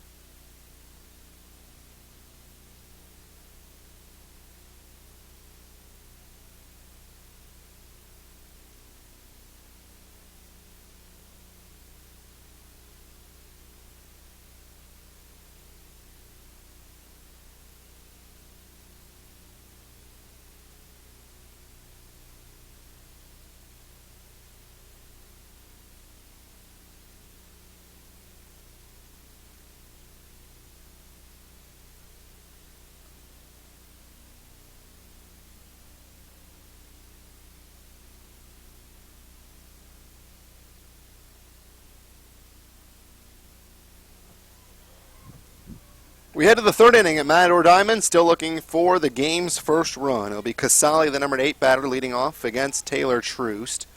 Troost delivers the first pitch, waved out and missed. 0-1. 4 strikeouts already for Troost through 2 innings.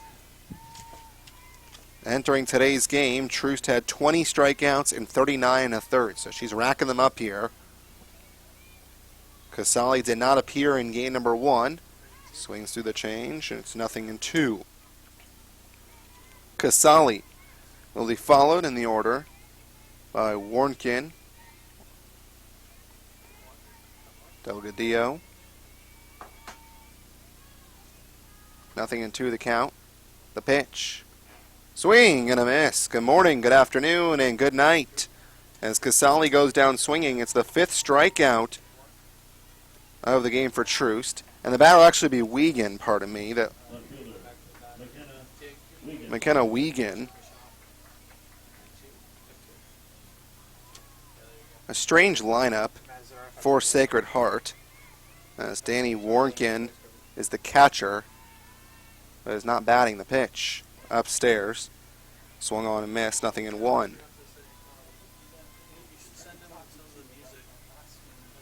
5 strikeouts in 8 innings, or 8 batters, pardon me.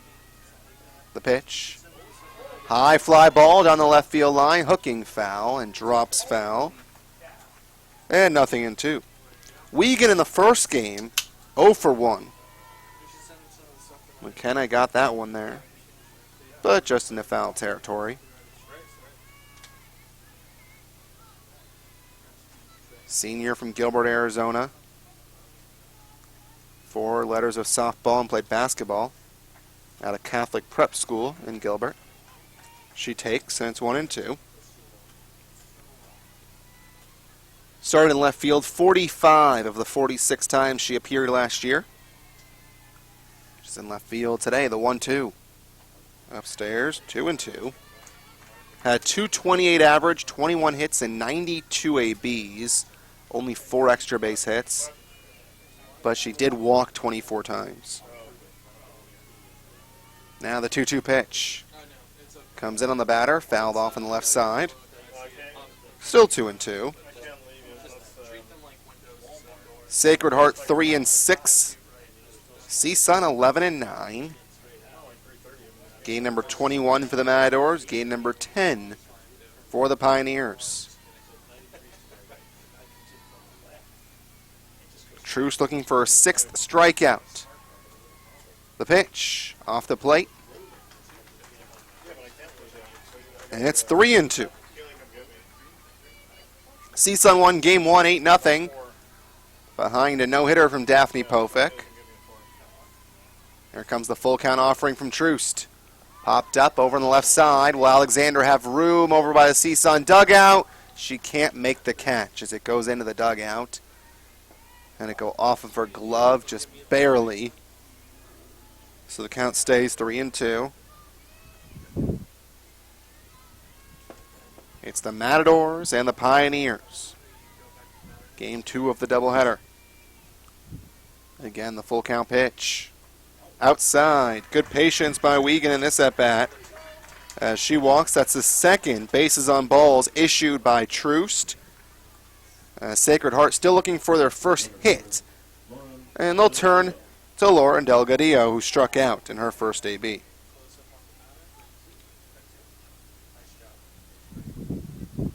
Delgadillo, a leadoff batter. As Troost delivers in the first pitch, popped up over towards shallow center. Coming in to make the catch is Glover. And there's 2 away for Cedar.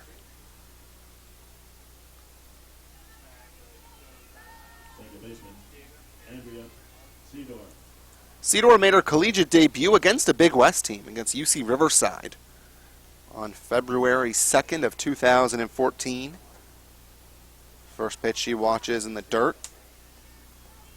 2015 appeared in all of the Pioneers' 35 games.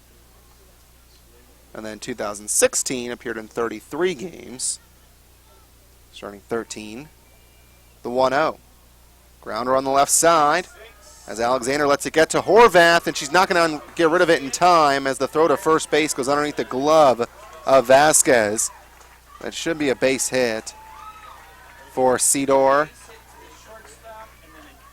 So an infield single for Cedar, and then Wiegand gets to third on the error from Horvath.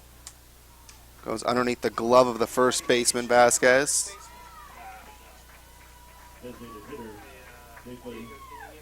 And the batter's Christian. So Alexander could have cut off Horvath there, but I think she made the right decision letting it roll past her. If it had a little more speed, Horvath probably could have had a chance, but it wasn't rolling too quickly to Savannah. First pitch swing as Caitlin fouls it off of the mask of Rascone, 0-1. So it's Wiegand over at third, Cedar at first. First and third with 2 outs as Sacred Heart finally with their first hit of the day, thanks to Cedar. 7 2/3 they went without a hit. The 1-strike pitch. Low. 1-1. Now Sacred Heart looking for its first run of the day. CSUN won game 1, 8-0. Wind blowing in. Pitch. Swing and a miss up towards her neck. And it's 1-2. So for Troost, the spinner, the riser seems to be working wonders right now. Ball and 2 strikes. Troost gets the sign and comes home with it. Popped up. Should be an easy play for the catcher, Rascone. She makes the catch, and the inning is over. No runs, 1 hit, 1 error, and 2 left on. We go to the home half of the third. Still no score on the CSUN Sports Network.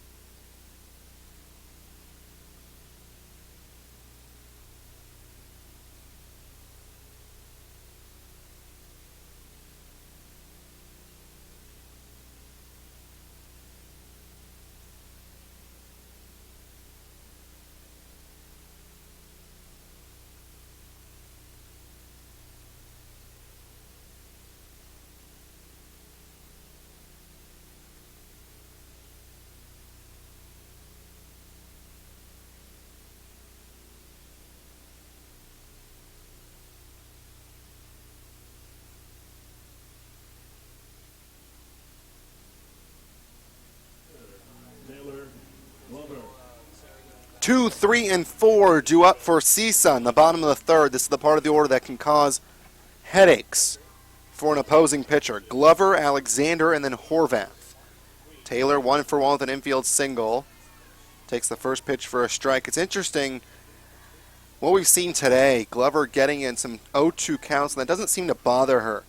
But she's happy to try and get the pitcher to throw a couple balls. This one's ripped down the right side. Umpire didn't even signal fair or foul. Finally, the home plate umpire, Dan Cowan, signals foul since the first base umpire, Joe Campanella, almost got his head cut off. So it is a foul ball. I thought it may have gone off the glove, perhaps of Bavino. But a foul ball is called, 0-2. Bavino went after it. Thought it may have glanced off of it, but not the case. And again, here's an 0-2 count. Glover chokes up, puts it in the air towards left field. Coming in to make the catch is Wiegand.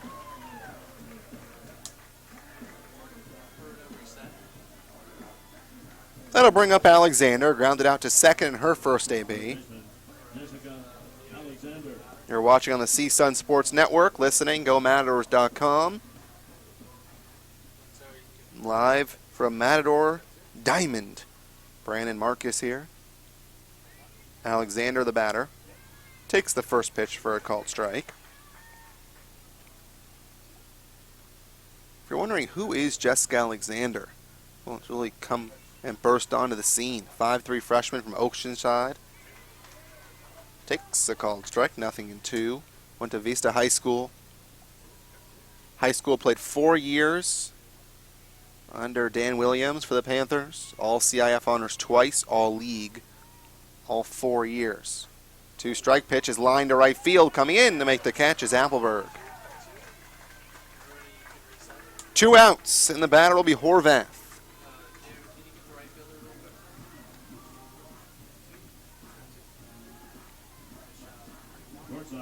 Savannah, the Nevada Gatorade Player of the Year in high school, National Junior Player of the Year after a junior season, steps into the box, grounded out in the first.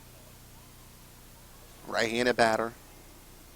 First pitch to her comes inside and misses 1-0. Last year you saw what Horvath did and you said, oh boy, she's just a sophomore.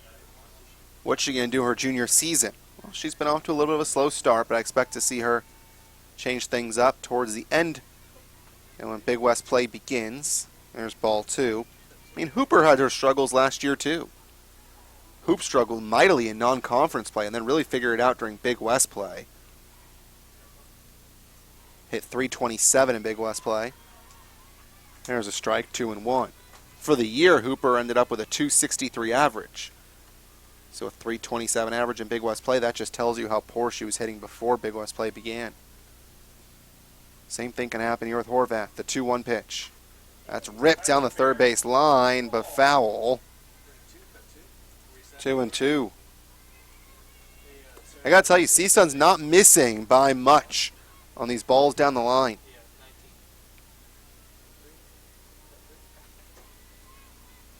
Two balls, 2 strikes, 2 outs. Deuce is wild in the bottom of the third. Still looking for our first run. The right-hander delivers home. Horvath fouls it back behind home plate. Mentioned earlier, CSUN will be at home for a little while here.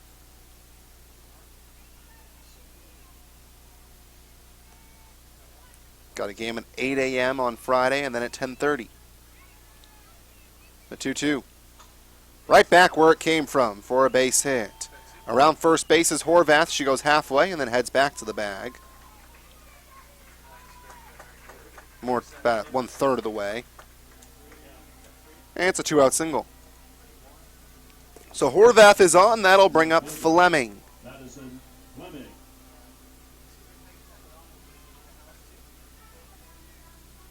Fleming appeared in 51 games, making 48 starts as a freshman. So she really burst onto the scene right away, but struggled the next 2 years. Pitch is high, 1-0. During that freshman season, she hit just 200. So she goes from batting 200 to 153 to 143 to now over 300. Horvath at second. She goes. The pitch is cut on and missed, and not even close on the throw to second. Horvath is there by a mile. Another stolen base for Savannah. For Horvath, that is now her 5th stolen base of the season. So she's in scoring position with the count 1-1. Here's the pitch. Hit in the air to right field. Back on it is Appleberg, and she's got the ball for out number 3. Nice job by Appleberg. Tracking that one in the air and coming down with it for the 3rd out of the inning. So CSUN threatens in the 3rd, but no runs across as we're still looking for the game's first run. No score after 3 on the CSUN Sports Network.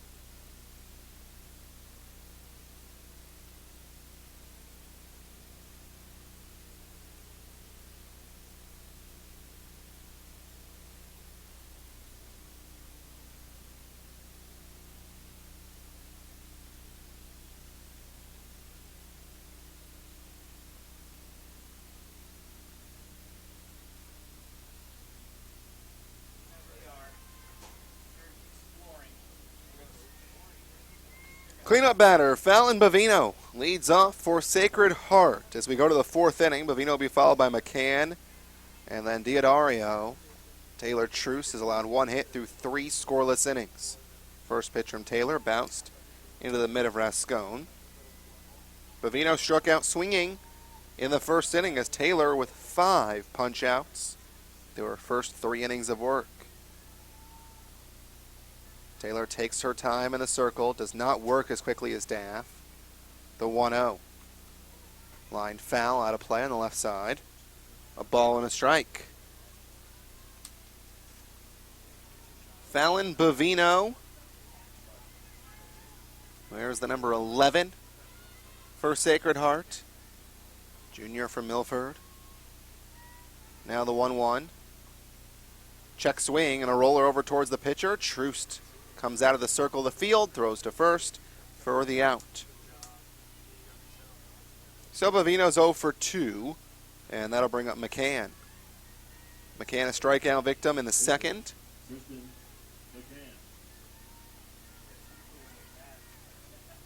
So Taylor Troost, just a sophomore. Good things to come. This one should be out number 2 as it's popped up in the infield. Shortstop Horvath has it for the 2nd out. So for Taylor Troost, she needs a quick inning. And the reason why I say that, she's at 52 pitches through 3 by my count. And right now she's got the first 2 outs in just 4 pitches. She's had to labor through her first 3 innings, throwing 24 pitches in the 1st, 14 in the 2nd, and 18 in the 3rd. My guess is Diodario will take the first pitch. Nope, she's swinging. Sends into center field. Taylor Glover races back, makes the grab, and a very quick 1, 2, 3 inning. No runs, no hits, no errors, and nobody left. We're through 3.5. No score on the CSUN Sports Network.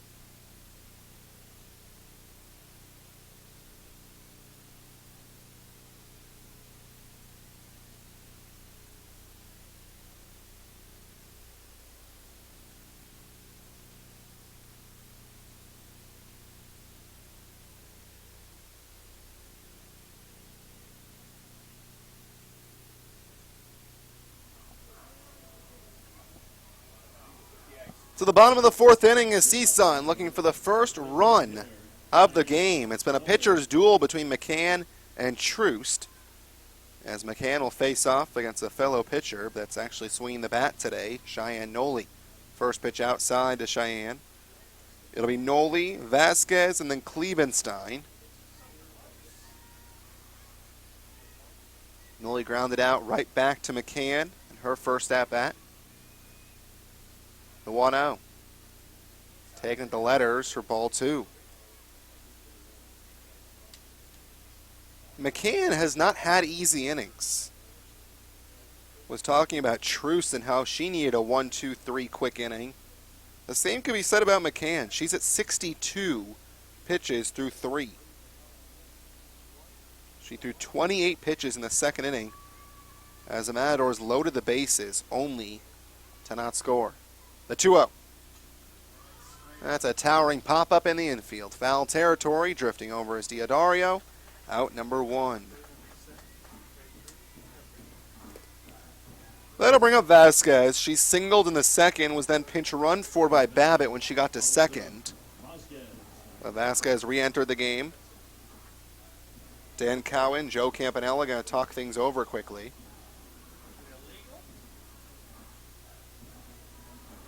Tariah Flowers going to talk to Dan Cowan, and we're going to find out what the problem is. Tariah talking things over with Dan. Tariah's smiling, so it can't be anything wrong.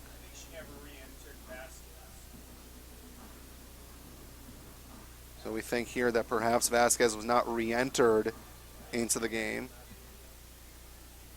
But she'll bat. Alyssa 1 for 1 today in game 2. Sends a grounder over towards short. Backhanded by Casali. Strong throw. 2 outs. Casali's pretty good.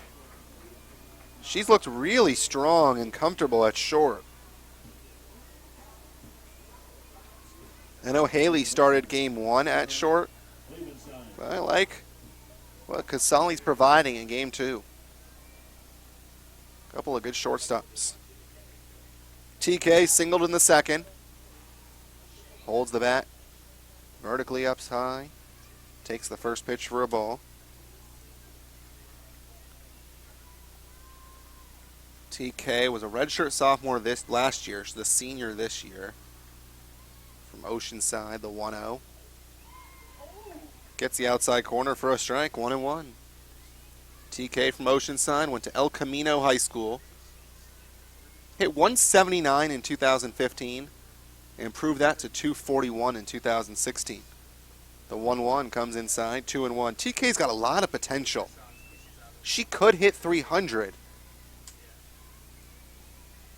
but just not getting there yet. Could see her at 280, that'd be great. The 2-1. Grounded foul. 2-2. In game 1, she was 0 for 1. So she's 1 for 2 total for the day.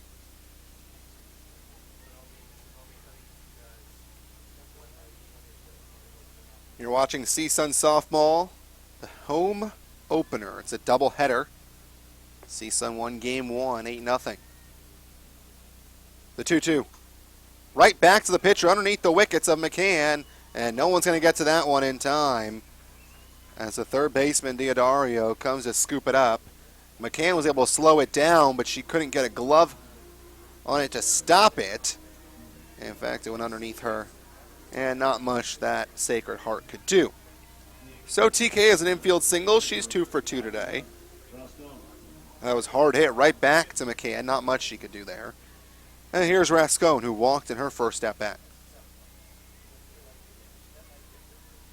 7 pitches she saw in her first at-bat. This one she watches go above her head, 1-0. Way high and outside.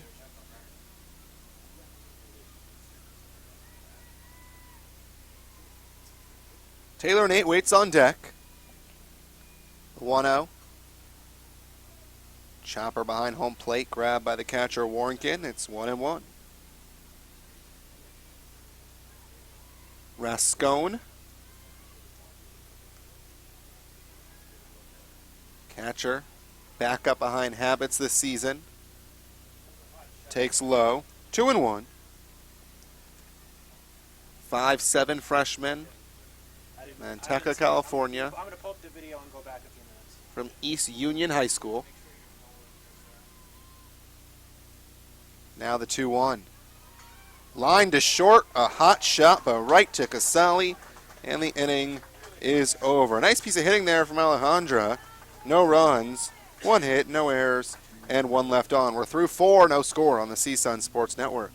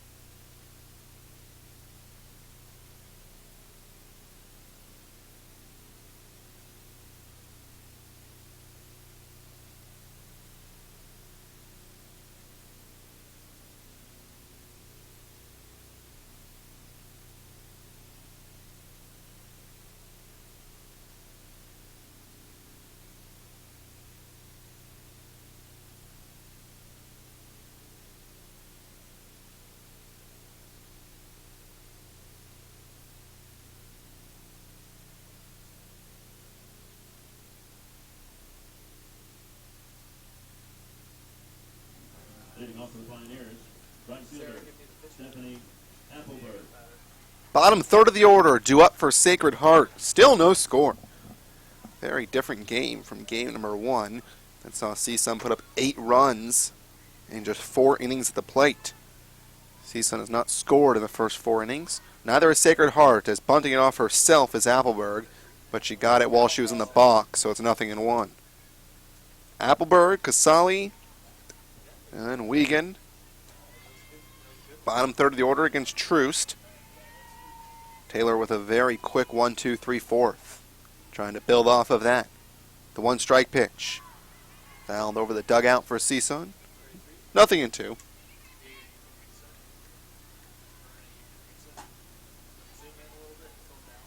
Tariah Flowers, head coach of this team. Samantha Sheely back as the pitching coach. And Jessie Bryant, new assistant coach, as she replaces Kaylin Bainey. Here's the 0-2. Lined over towards second, over the glove of Klebenstein towards right center. As Glover, unable to scoop it up, there to back her up is Nate. The ball's fired in. That'll be a double for Appleberg to get things started here in the 5th inning. That was a hard hit ball over the glove of TK. If she was about 3 inches taller, perhaps she would have had that one. And the batter will be Casali. Casali struck out in the 3rd. So she's 0 for 1. As Appleberg gets ready to take off at second. The pitch. Bunt is shown. And it's foul on the third base side. Grabbed quickly by Alexander. 0-1. Sacred Heart playing for the 1 run here. With no score in the game, makes perfect sense. Play small ball. Appleberg doubled. Get things going. Troost delivers the 1-strike pitch. In on the batter, who showed bunt and then decided to swing. And a half-hearted swing from Casali. It's quickly 0-2. So Casali again is in danger of striking out. She went down on 3 pitches in the 3rd. Troost trying to take care of her again. We'll see if she squares again this time. The pitch. Popped up, left side, foul territory, and again over towards the fans and the bleachers. For a Tuesday, nice sized crowd. Doubleheader. Opening 2 games on the home schedule for the Matadors. 2 strikes on the batter. Troost comes up high. 1-2. It'll be interesting to see what Taraya decides to do on Friday. If she'll throw Daff in that first game or if she'll throw Taylor, with Arizona being the second game. The 1-2 pitch. Outside. 2-2. Casali. Freshman from Valley Falls, New York. League MVP in high school. She awaits the 2-2 pitch. Here it comes. Upstairs, swung on and missed. Down she goes. They'll throw down to second. It goes over the glove of TK, but luckily there to back it up is Glover. So Appleberg stays put at second base. 6th strikeout of the afternoon for Troost. And Wiegand will be the batter. Wiegand walked in the 3rd, as Troost has issued 2 walks this afternoon. She squares, then swings, sends one towards left center. That's going to drop in for a hit, and Sacred Heart's going to score their first run of the afternoon. Around third is Appleberg. She'll touch home plate. An RBI double for Wiegand. And the Pioneers lead 1-0.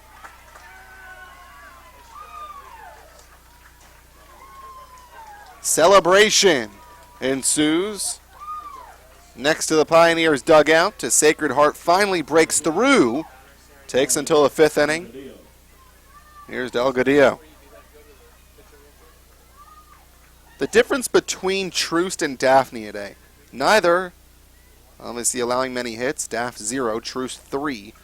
This one's lined up the middle for a base hit. Around third base, being waved home is Wiegand. The play at the plate. Rascone cannot handle the ball as she bobbled it 3 times. And sliding in safely as Wiegand as Delgadillo has an RBI single.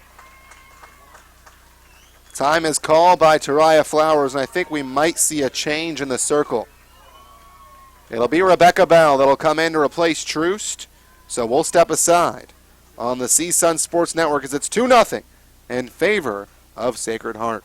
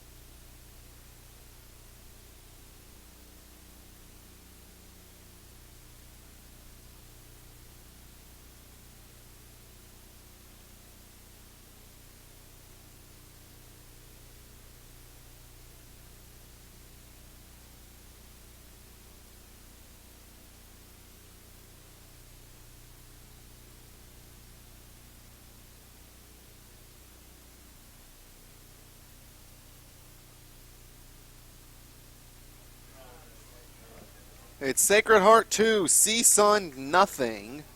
Rebecca Bell will be the new pitcher for the Matadors, replacing Taylor Troost, who goes 4 1/3. The new batter is Cedar. She's first pitch swinging and pops one up over to third. Easy play for Alexander. And for Becca Bell, 1 pitch and 1 out. So as I was saying, the difference between Troost and Pofick is that Troost was getting hit harder than Daff was. She was missing bats, obviously, as she struck out 6. But Daff was getting just some easy outs. I didn't feel like Taylor got many easy outs that were put into play. Pitch fouled off by Christian, 0-1. Troost 4 1/3, struck out 6. So far has allowed 2 runs, all earned. We'll see what Becca's able to do. Right-handed pitcher has been through a tough career filled with injuries. The 0-1. Fouled off on the left side, 0-2. Becca, 6'1" senior from Ridgecrest. Went to Burroughs High School.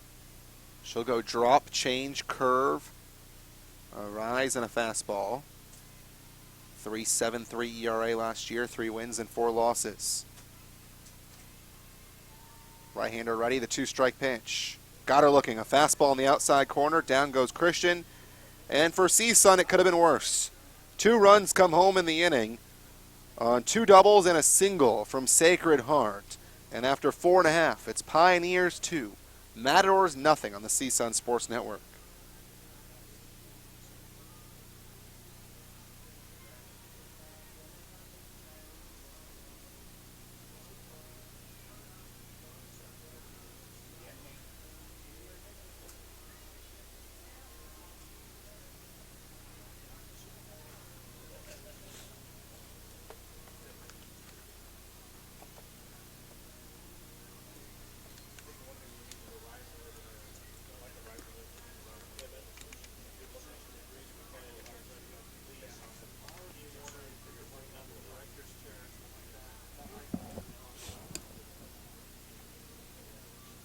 Who's on camera, Matt? Diego Marquez, Sarah Roller, Aruna Yamamoto, Aruna. Aruna Yamamoto, Okay. trustee director for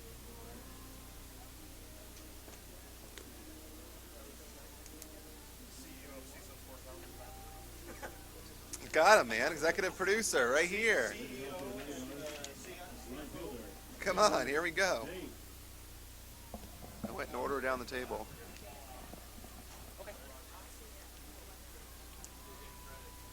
We go to the bottom of the 5th. It's 2-0 in favor of the visiting Sacred Heart Pioneers. First pitch delivered from McCann is in there for a strike. It'll be Nate, Glover, and then Alexander. Top of the order for CSUN. A chance to get some runs back as Nate takes, and it's 1-1. Glover and Nate did a good job of getting on base in that first game. Girls behind them took care of business. Taylor squares, and it goes right past that bat for strike 2. Sacred Heart with 2 runs, 4 hits, no errors. CSUN, no runs, 5 hits, and 1 error as the wind blows right to left here in Northridge. The 1-2. Nate thought about it, let it go by on the outside, 2-2.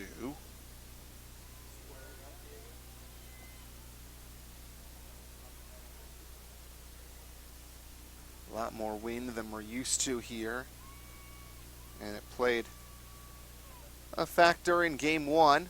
This a fly ball hit towards deep left center. A weird way for Delgadillo to go after it. She went the exact wrong way you want to go, as she went left and then headed towards the outfield instead of getting that straight line diagonally towards where the ball was going to end up. And it drops in for a double for Nate. Just a weird path to go for Delgadillo. You knew exactly where that ball was going to go, but she was coming left and then going deep. So here is Glover, and that's what I was talking about with the wind playing a role here. As you see, it's going from right to left and blowing as there's a nice bunt over on the third base side. No chance for Diodario as Taylor Glover hustled down the line. Glover with her second hit of the day, and CSUN is in business. First and third, nobody out for Alexander. Alexander already hit a 3-run home run in game 1. Can she do it again here in game 2? We're going to have to wait a second, as there will be a meeting at the mound. Coach wants to make sure that everybody's on the same page with runners at first and third. You know that Glover is going to go at some point in this at-bat.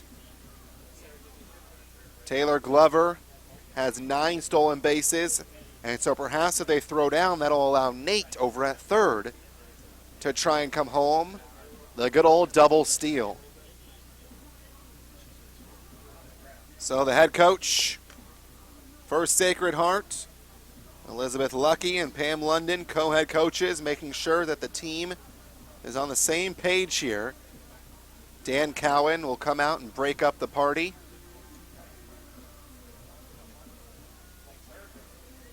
Two runs home for Sacred Heart in the top of the inning. The tying runs at first. The go-ahead run is at the plate, and Jessica Alexander.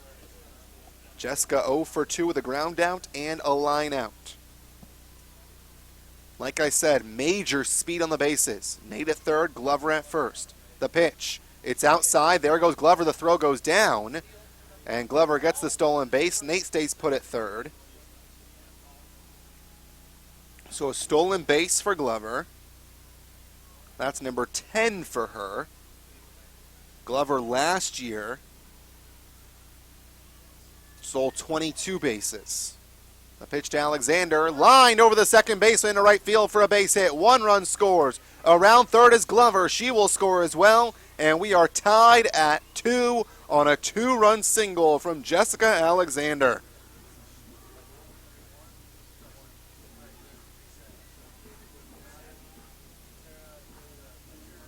That's how you get things done around here if you're Alexander. And the freshman, boy oh boy, Alexander now has 20 RBIs.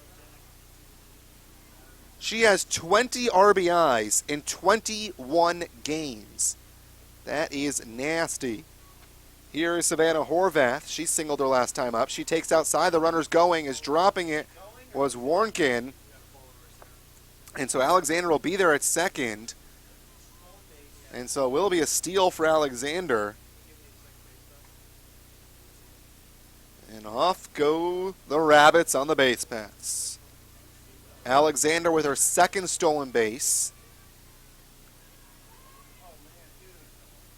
Here comes the pitch to Horvath. Misses 2-0.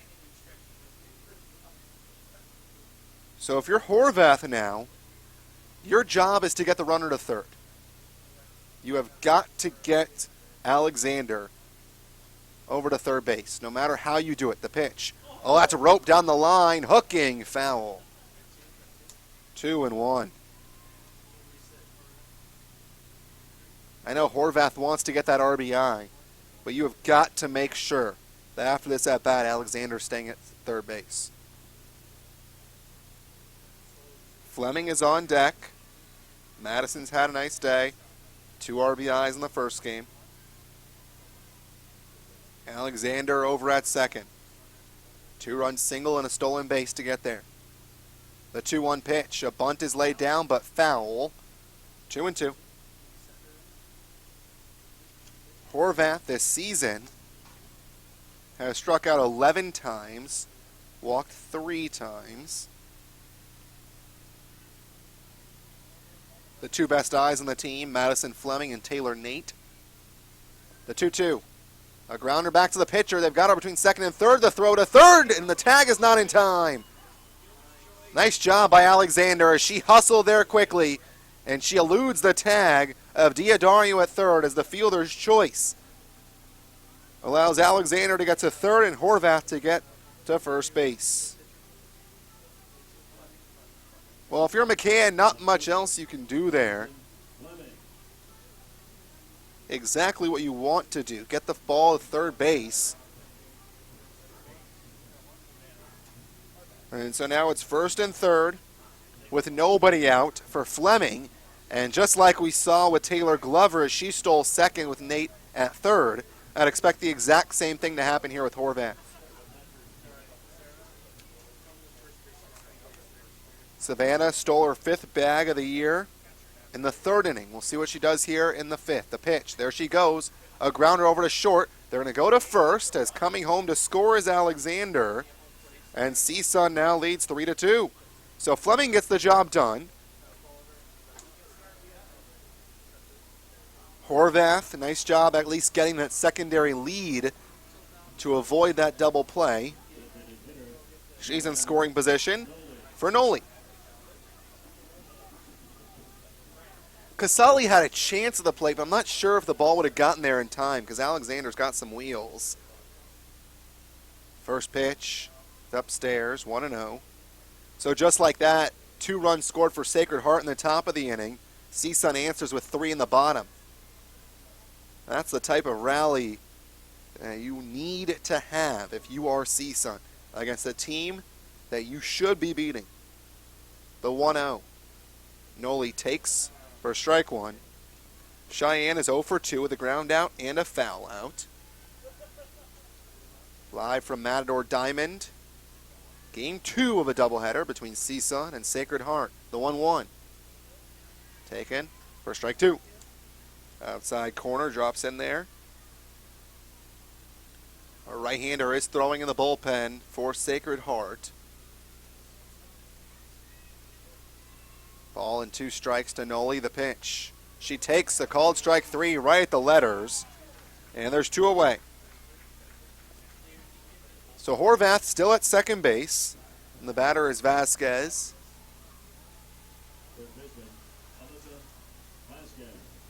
Vasquez 1 for 2 with a single and a ground out. You can see the bullpen there as the right-hander getting loose. Looks like 17 for Sacred Heart. The pitch outside, 1-0. So that is Emily Orozco warming up. 2 outs. 3-2 Matadors. Here's the 1-0 to Vasquez. High fly ball to center field. Coming in and making the catch is Delgadillo, aiding over but not before CSUN gets 3 runs, doing so on 3 hits, no errors, and 1 left on. After 5 innings of play, it's CSUN 3, Sacred Heart 2 on the CSUN Sports Network.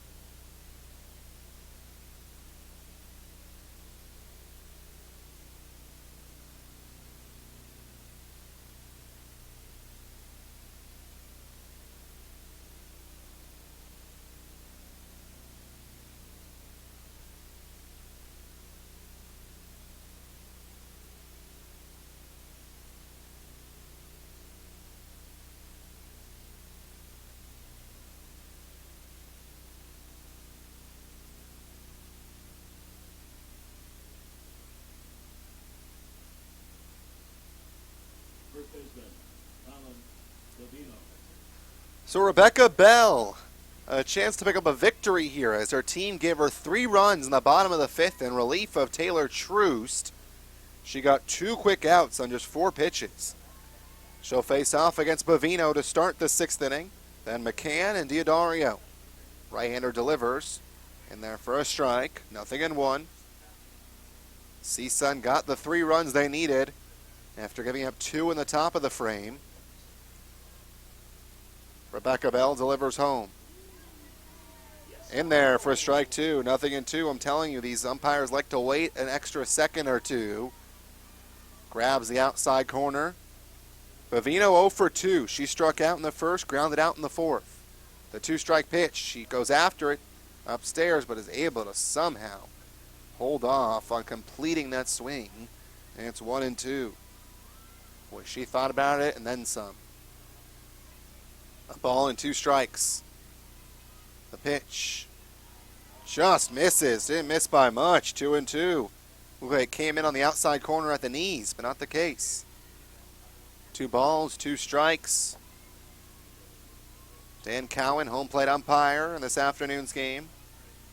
The pitch. Slow roller. As hopping out of the circle is Bell, but it's going to be a foul ball. It got Bovino. 2-2. Orozco still throwing in the bullpen for Sacred Heart. Quiet for CSUN as Rebecca Bell hoping to finish out this game herself to pick up the win. The 2-2. Fouled it off again. Bell looking for her 3rd win of the season. This is her 8th appearance. 4 starts, 23 innings, 20 hits. She has struggled with command. Happened last year too. She has walked 12 this year. Also thrown 5 wild pitches. The 2-2. Grounder over to second. TK's got it. And there's 1 out. Infield's done a good job in this game. Anytime they've been tested, been ready, up to the task. Here is McCann. Kristen 0 for 2, struck out in the 2nd, popped out in the 4th.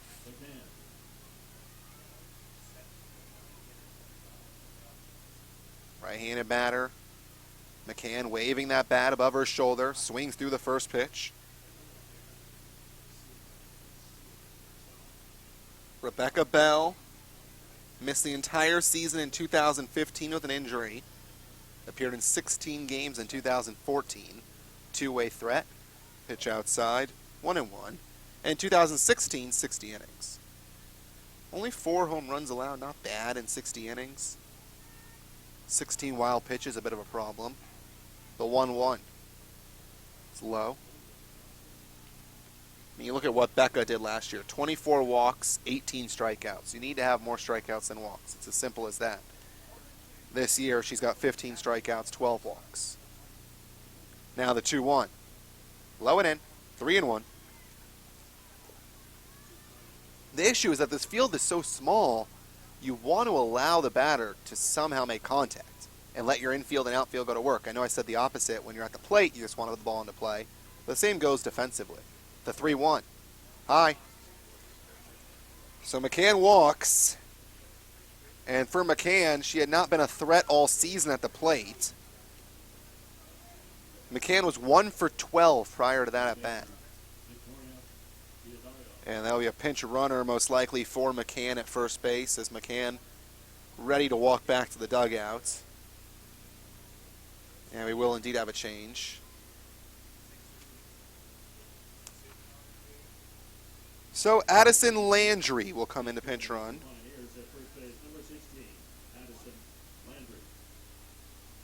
So Landry will pinch run here in the 6th inning.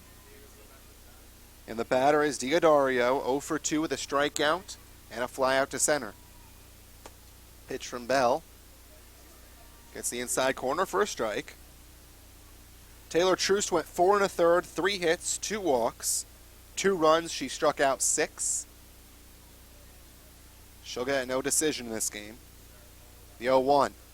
Grounder over on the left side. Horvath has it. Strong throw to first in time. Horvath had to get rid of that one quickly. And she does so, and there's 2 outs for Appleberg.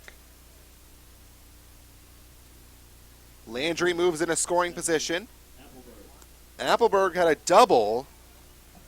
A line drive over the head of TK to start off the 5th inning. Here she is at the plate again. Swings and fouls it off behind home plate. 0-1. It's Bavino, grounded out to start the 6th. Then Landry walked. Diodario grounded out. The pitch. Fouled off on the right side and out of play.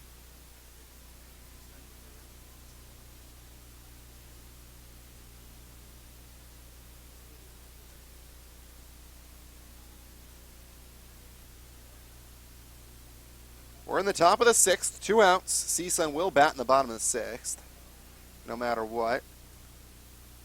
Here's the 0-2. And she got her looking, looked outside. A generous call there as Appleberg strikes out looking. And the inning will end. No runs, no hits, no errors, and 1 left. As we go to the bottom of the 6th, it's 3-2 CSUN on the CSUN Sports Network.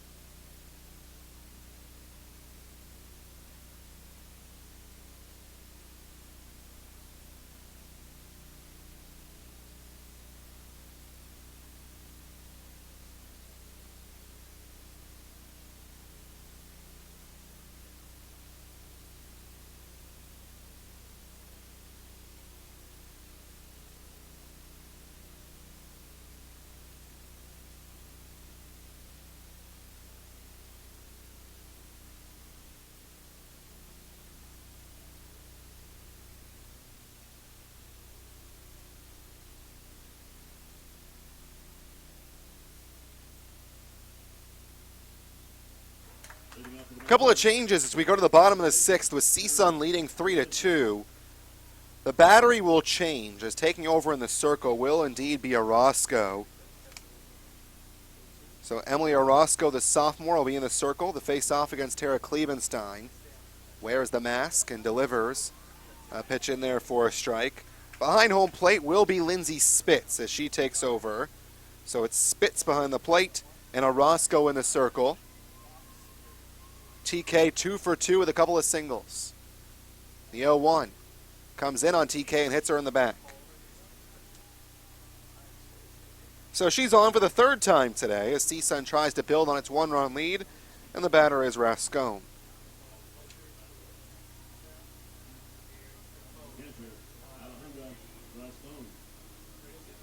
You will see from time to time a pitcher that wears a mask, and that is, of course, to protect themselves from a possible line drive back to the face, because they are very close to home plate. As Rascone squares, lets the pitch sail upstairs, 1-0. And so you can see Orozco is indeed wearing that mask, protect herself. Good job by the crew here getting that. Andrew Myers, director. 1-0 the count. Here's the pitch home. Squares around, pops it up, but towards the on-deck circle. It's 1-1. Camera operators Diego Marquez, Sarah Roller, and Aruna Yamamoto. Executive producer Matt Monroe. Kevin Strauss, producer engineer. SID is Jeff Herberg. Dr. Brandon Martin, of course. We have to thank him each and every broadcast as well as he helps make this possible. 1-1 the count. Righty delivers. Popped up. That's not what you want to do, but luckily it's back behind home plate and off the fence. 1-2. So whenever we have a game on the CSUN Sports Network, a lot of students are to thank for putting this together. The director, to the camera operators. 1-2. TK over at first. As Orozco ready and the pitch home. Popped up over on the right side in the infield as the second baseman Cedor is there for the grab. And there's one away for Taylor Nate. Now, here's the goal for Taylor Nate. Get TK to second so that Taylor Glover can get a single and bring her home. Nate today is 1 for 3 with a 2-bagger. Doubled and scored in the fifth. Righty ready the pitch. Right down Broadway for strike one. 3-2. CSUN leads. 0-1 the count. Right-hander ready. And the pitch home. Outside for a ball, 1-1. Daphne Pofick in game one fired a no-hitter. And for CSUN, 67th no-hitter in Matador history. The 1-1. Dropped in there for a strike. The throw down to second, not in time. A stolen base for TK. And if you're going to pick a pitch to steal on, that's it. It took a day and a half to get to home plate. As Nate swings and misses, it's 1-2. So I said Nate wanted to make sure that TK got in a scoring position. Well, Tara took care of that herself. Here's the pitch. Low, 2-2. Glover waits on deck. Taylor 2 for 3. You'd like to get at least one more run to give Becca a cushion. 2 balls, 2 strikes, 1 out here in the bottom of the sixth. The pitch from Orozco. Below the knees again. 3-2. CSUN. Girls shouting, helping out their teammates in the dugout. Girls on that top step watching. Full count. Orozco messing with the ball on her mitt and delivers. Stays high as she went with the drop. It stays upstairs for ball 4. So 2 on without a hit. A hit by pitch and a walk. And here is the aforementioned Taylor Glover, 2 for 3 today. She came into today's game with a .391 average. In game 1, 2 for 2. Here, she's 2 for 3. Swings through the first pitch, runner goes to third, the tag not in time. TK steals second, and TK steals third, Nate steals second. A double steal. Boy, CSUN is running, and running some more today. Tariah Flowers, the squad being aggressive. Second and third, one out. The pitch. Pop up in the infield, very unlike Taylor Glover, and there's 2 outs. Diodario gave way to the shortstop Casali for that one. And that'll bring up Alexander. Alexander had the big hit in game 1. A 3-run blast that gave the mercy rule to that first contest. See what she can do here. A 2-run single she had in the 5th. The pitch. Takes for strike 1. Clevenstein hit by a pitch. Stole second, stole third. Nate walked and stole second. So TK with her first couple of stolen bases on the year. 0-1 sent back to the fence on the screen. 0-2. Looking towards the top of the 7th and what Sacred Heart will bring to the plate. It's 8-9-1. Casali, Wiegand, and then Delgadillo. Now the 0-2 pitch. Alexander takes outside. Good eye.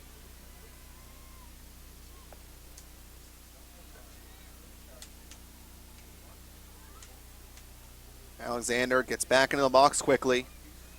5'3". She's got a lot of power. 1 ball, 2 strike pitch. In the air to center field. Should be a routine play for Delgadillo, and it is.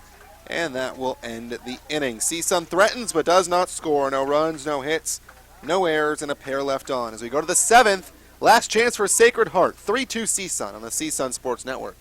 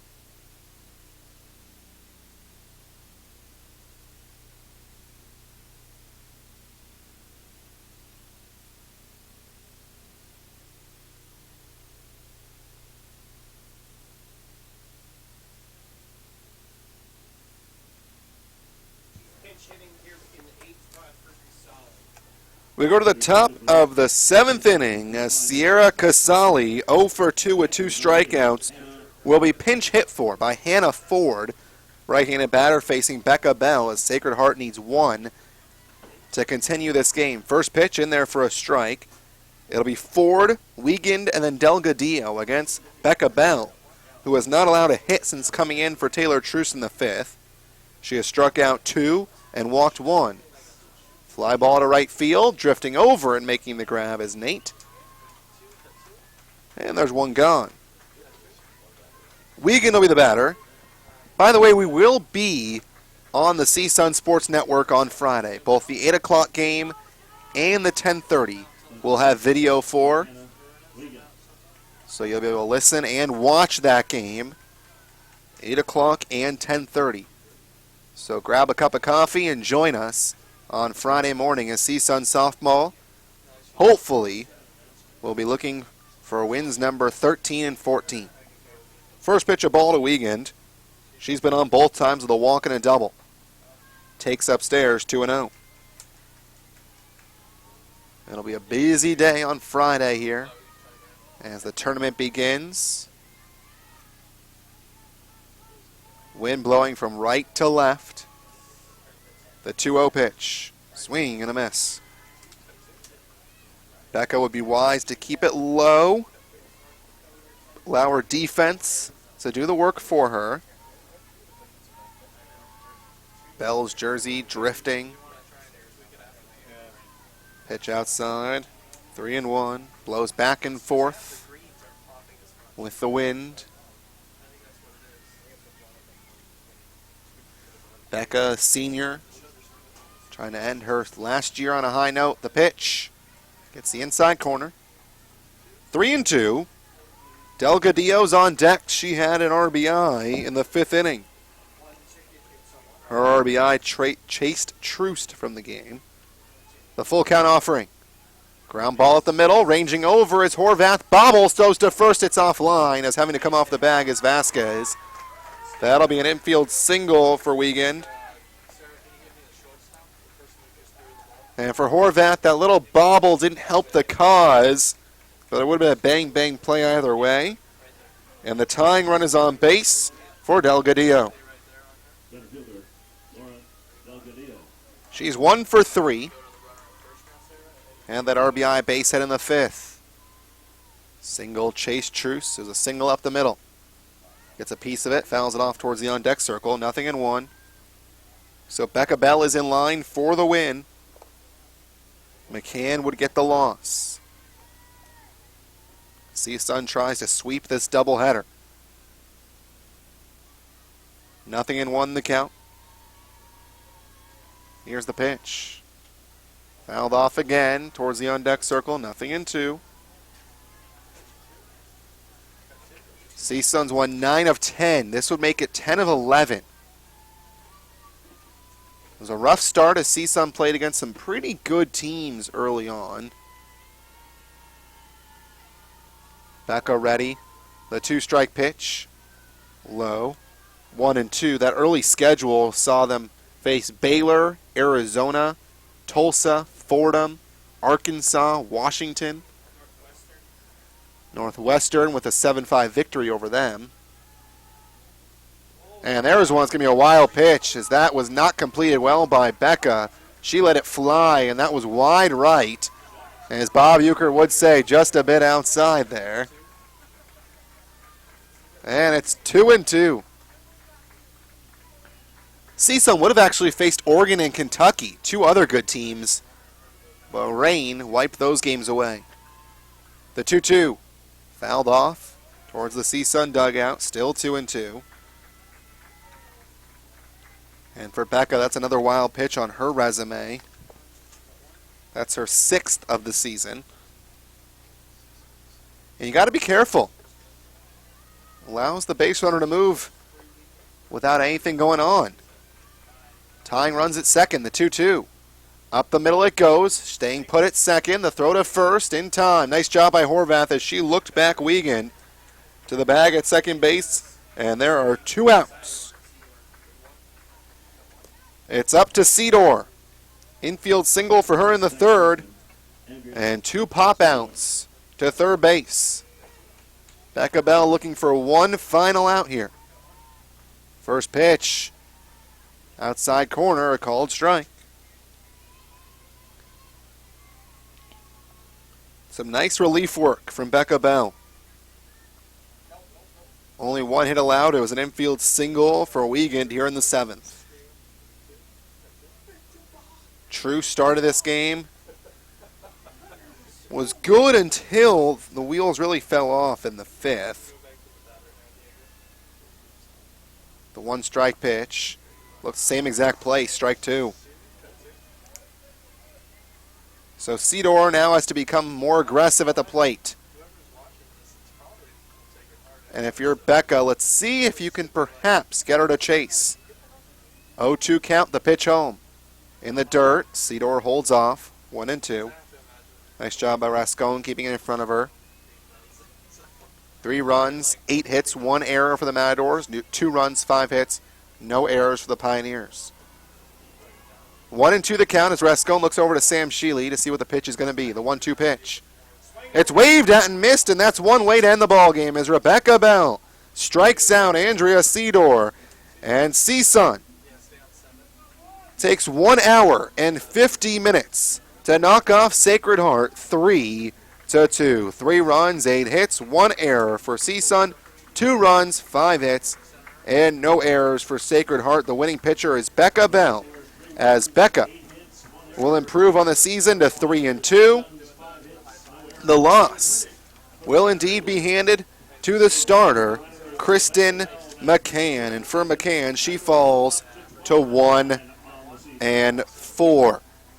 No home runs in this game as CSUN improves to 12-9. Sacred Heart falls to 3-7. Next broadcast for you will indeed be on Friday, 8 a.m. first pitch here from Matador Diamond as CSUN will host North Dakota. And then following that game, 30 minutes after, CSUN will host Arizona. The Wildcats coached by Mike Candrea and the former school of Jenny Finch, that many softball people know all about her. So 3 games next weekend, 2 on Friday, 1 on Sunday. We'll have the call for you on all 3 of those games. Again, we got to thank everybody helping out. Kevin Strauss, producer, engineer. Matt Monroe, executive producer. Andrew Miners, director. Diego Marquez, Sarah Naruna Yamamoto on the cameras. Jeff Herbert, phenomenal as the SID. And Dr. Brandon Martin, the athletic director. Thank everybody here for putting this one on as CSUN sweeps a doubleheader, 8-0 and 3-2 over Sacred Heart. Until Monday morning, I'm Brandon Marcus saying so long. Have a great rest of your Tuesday and a great rest of the week, everybody.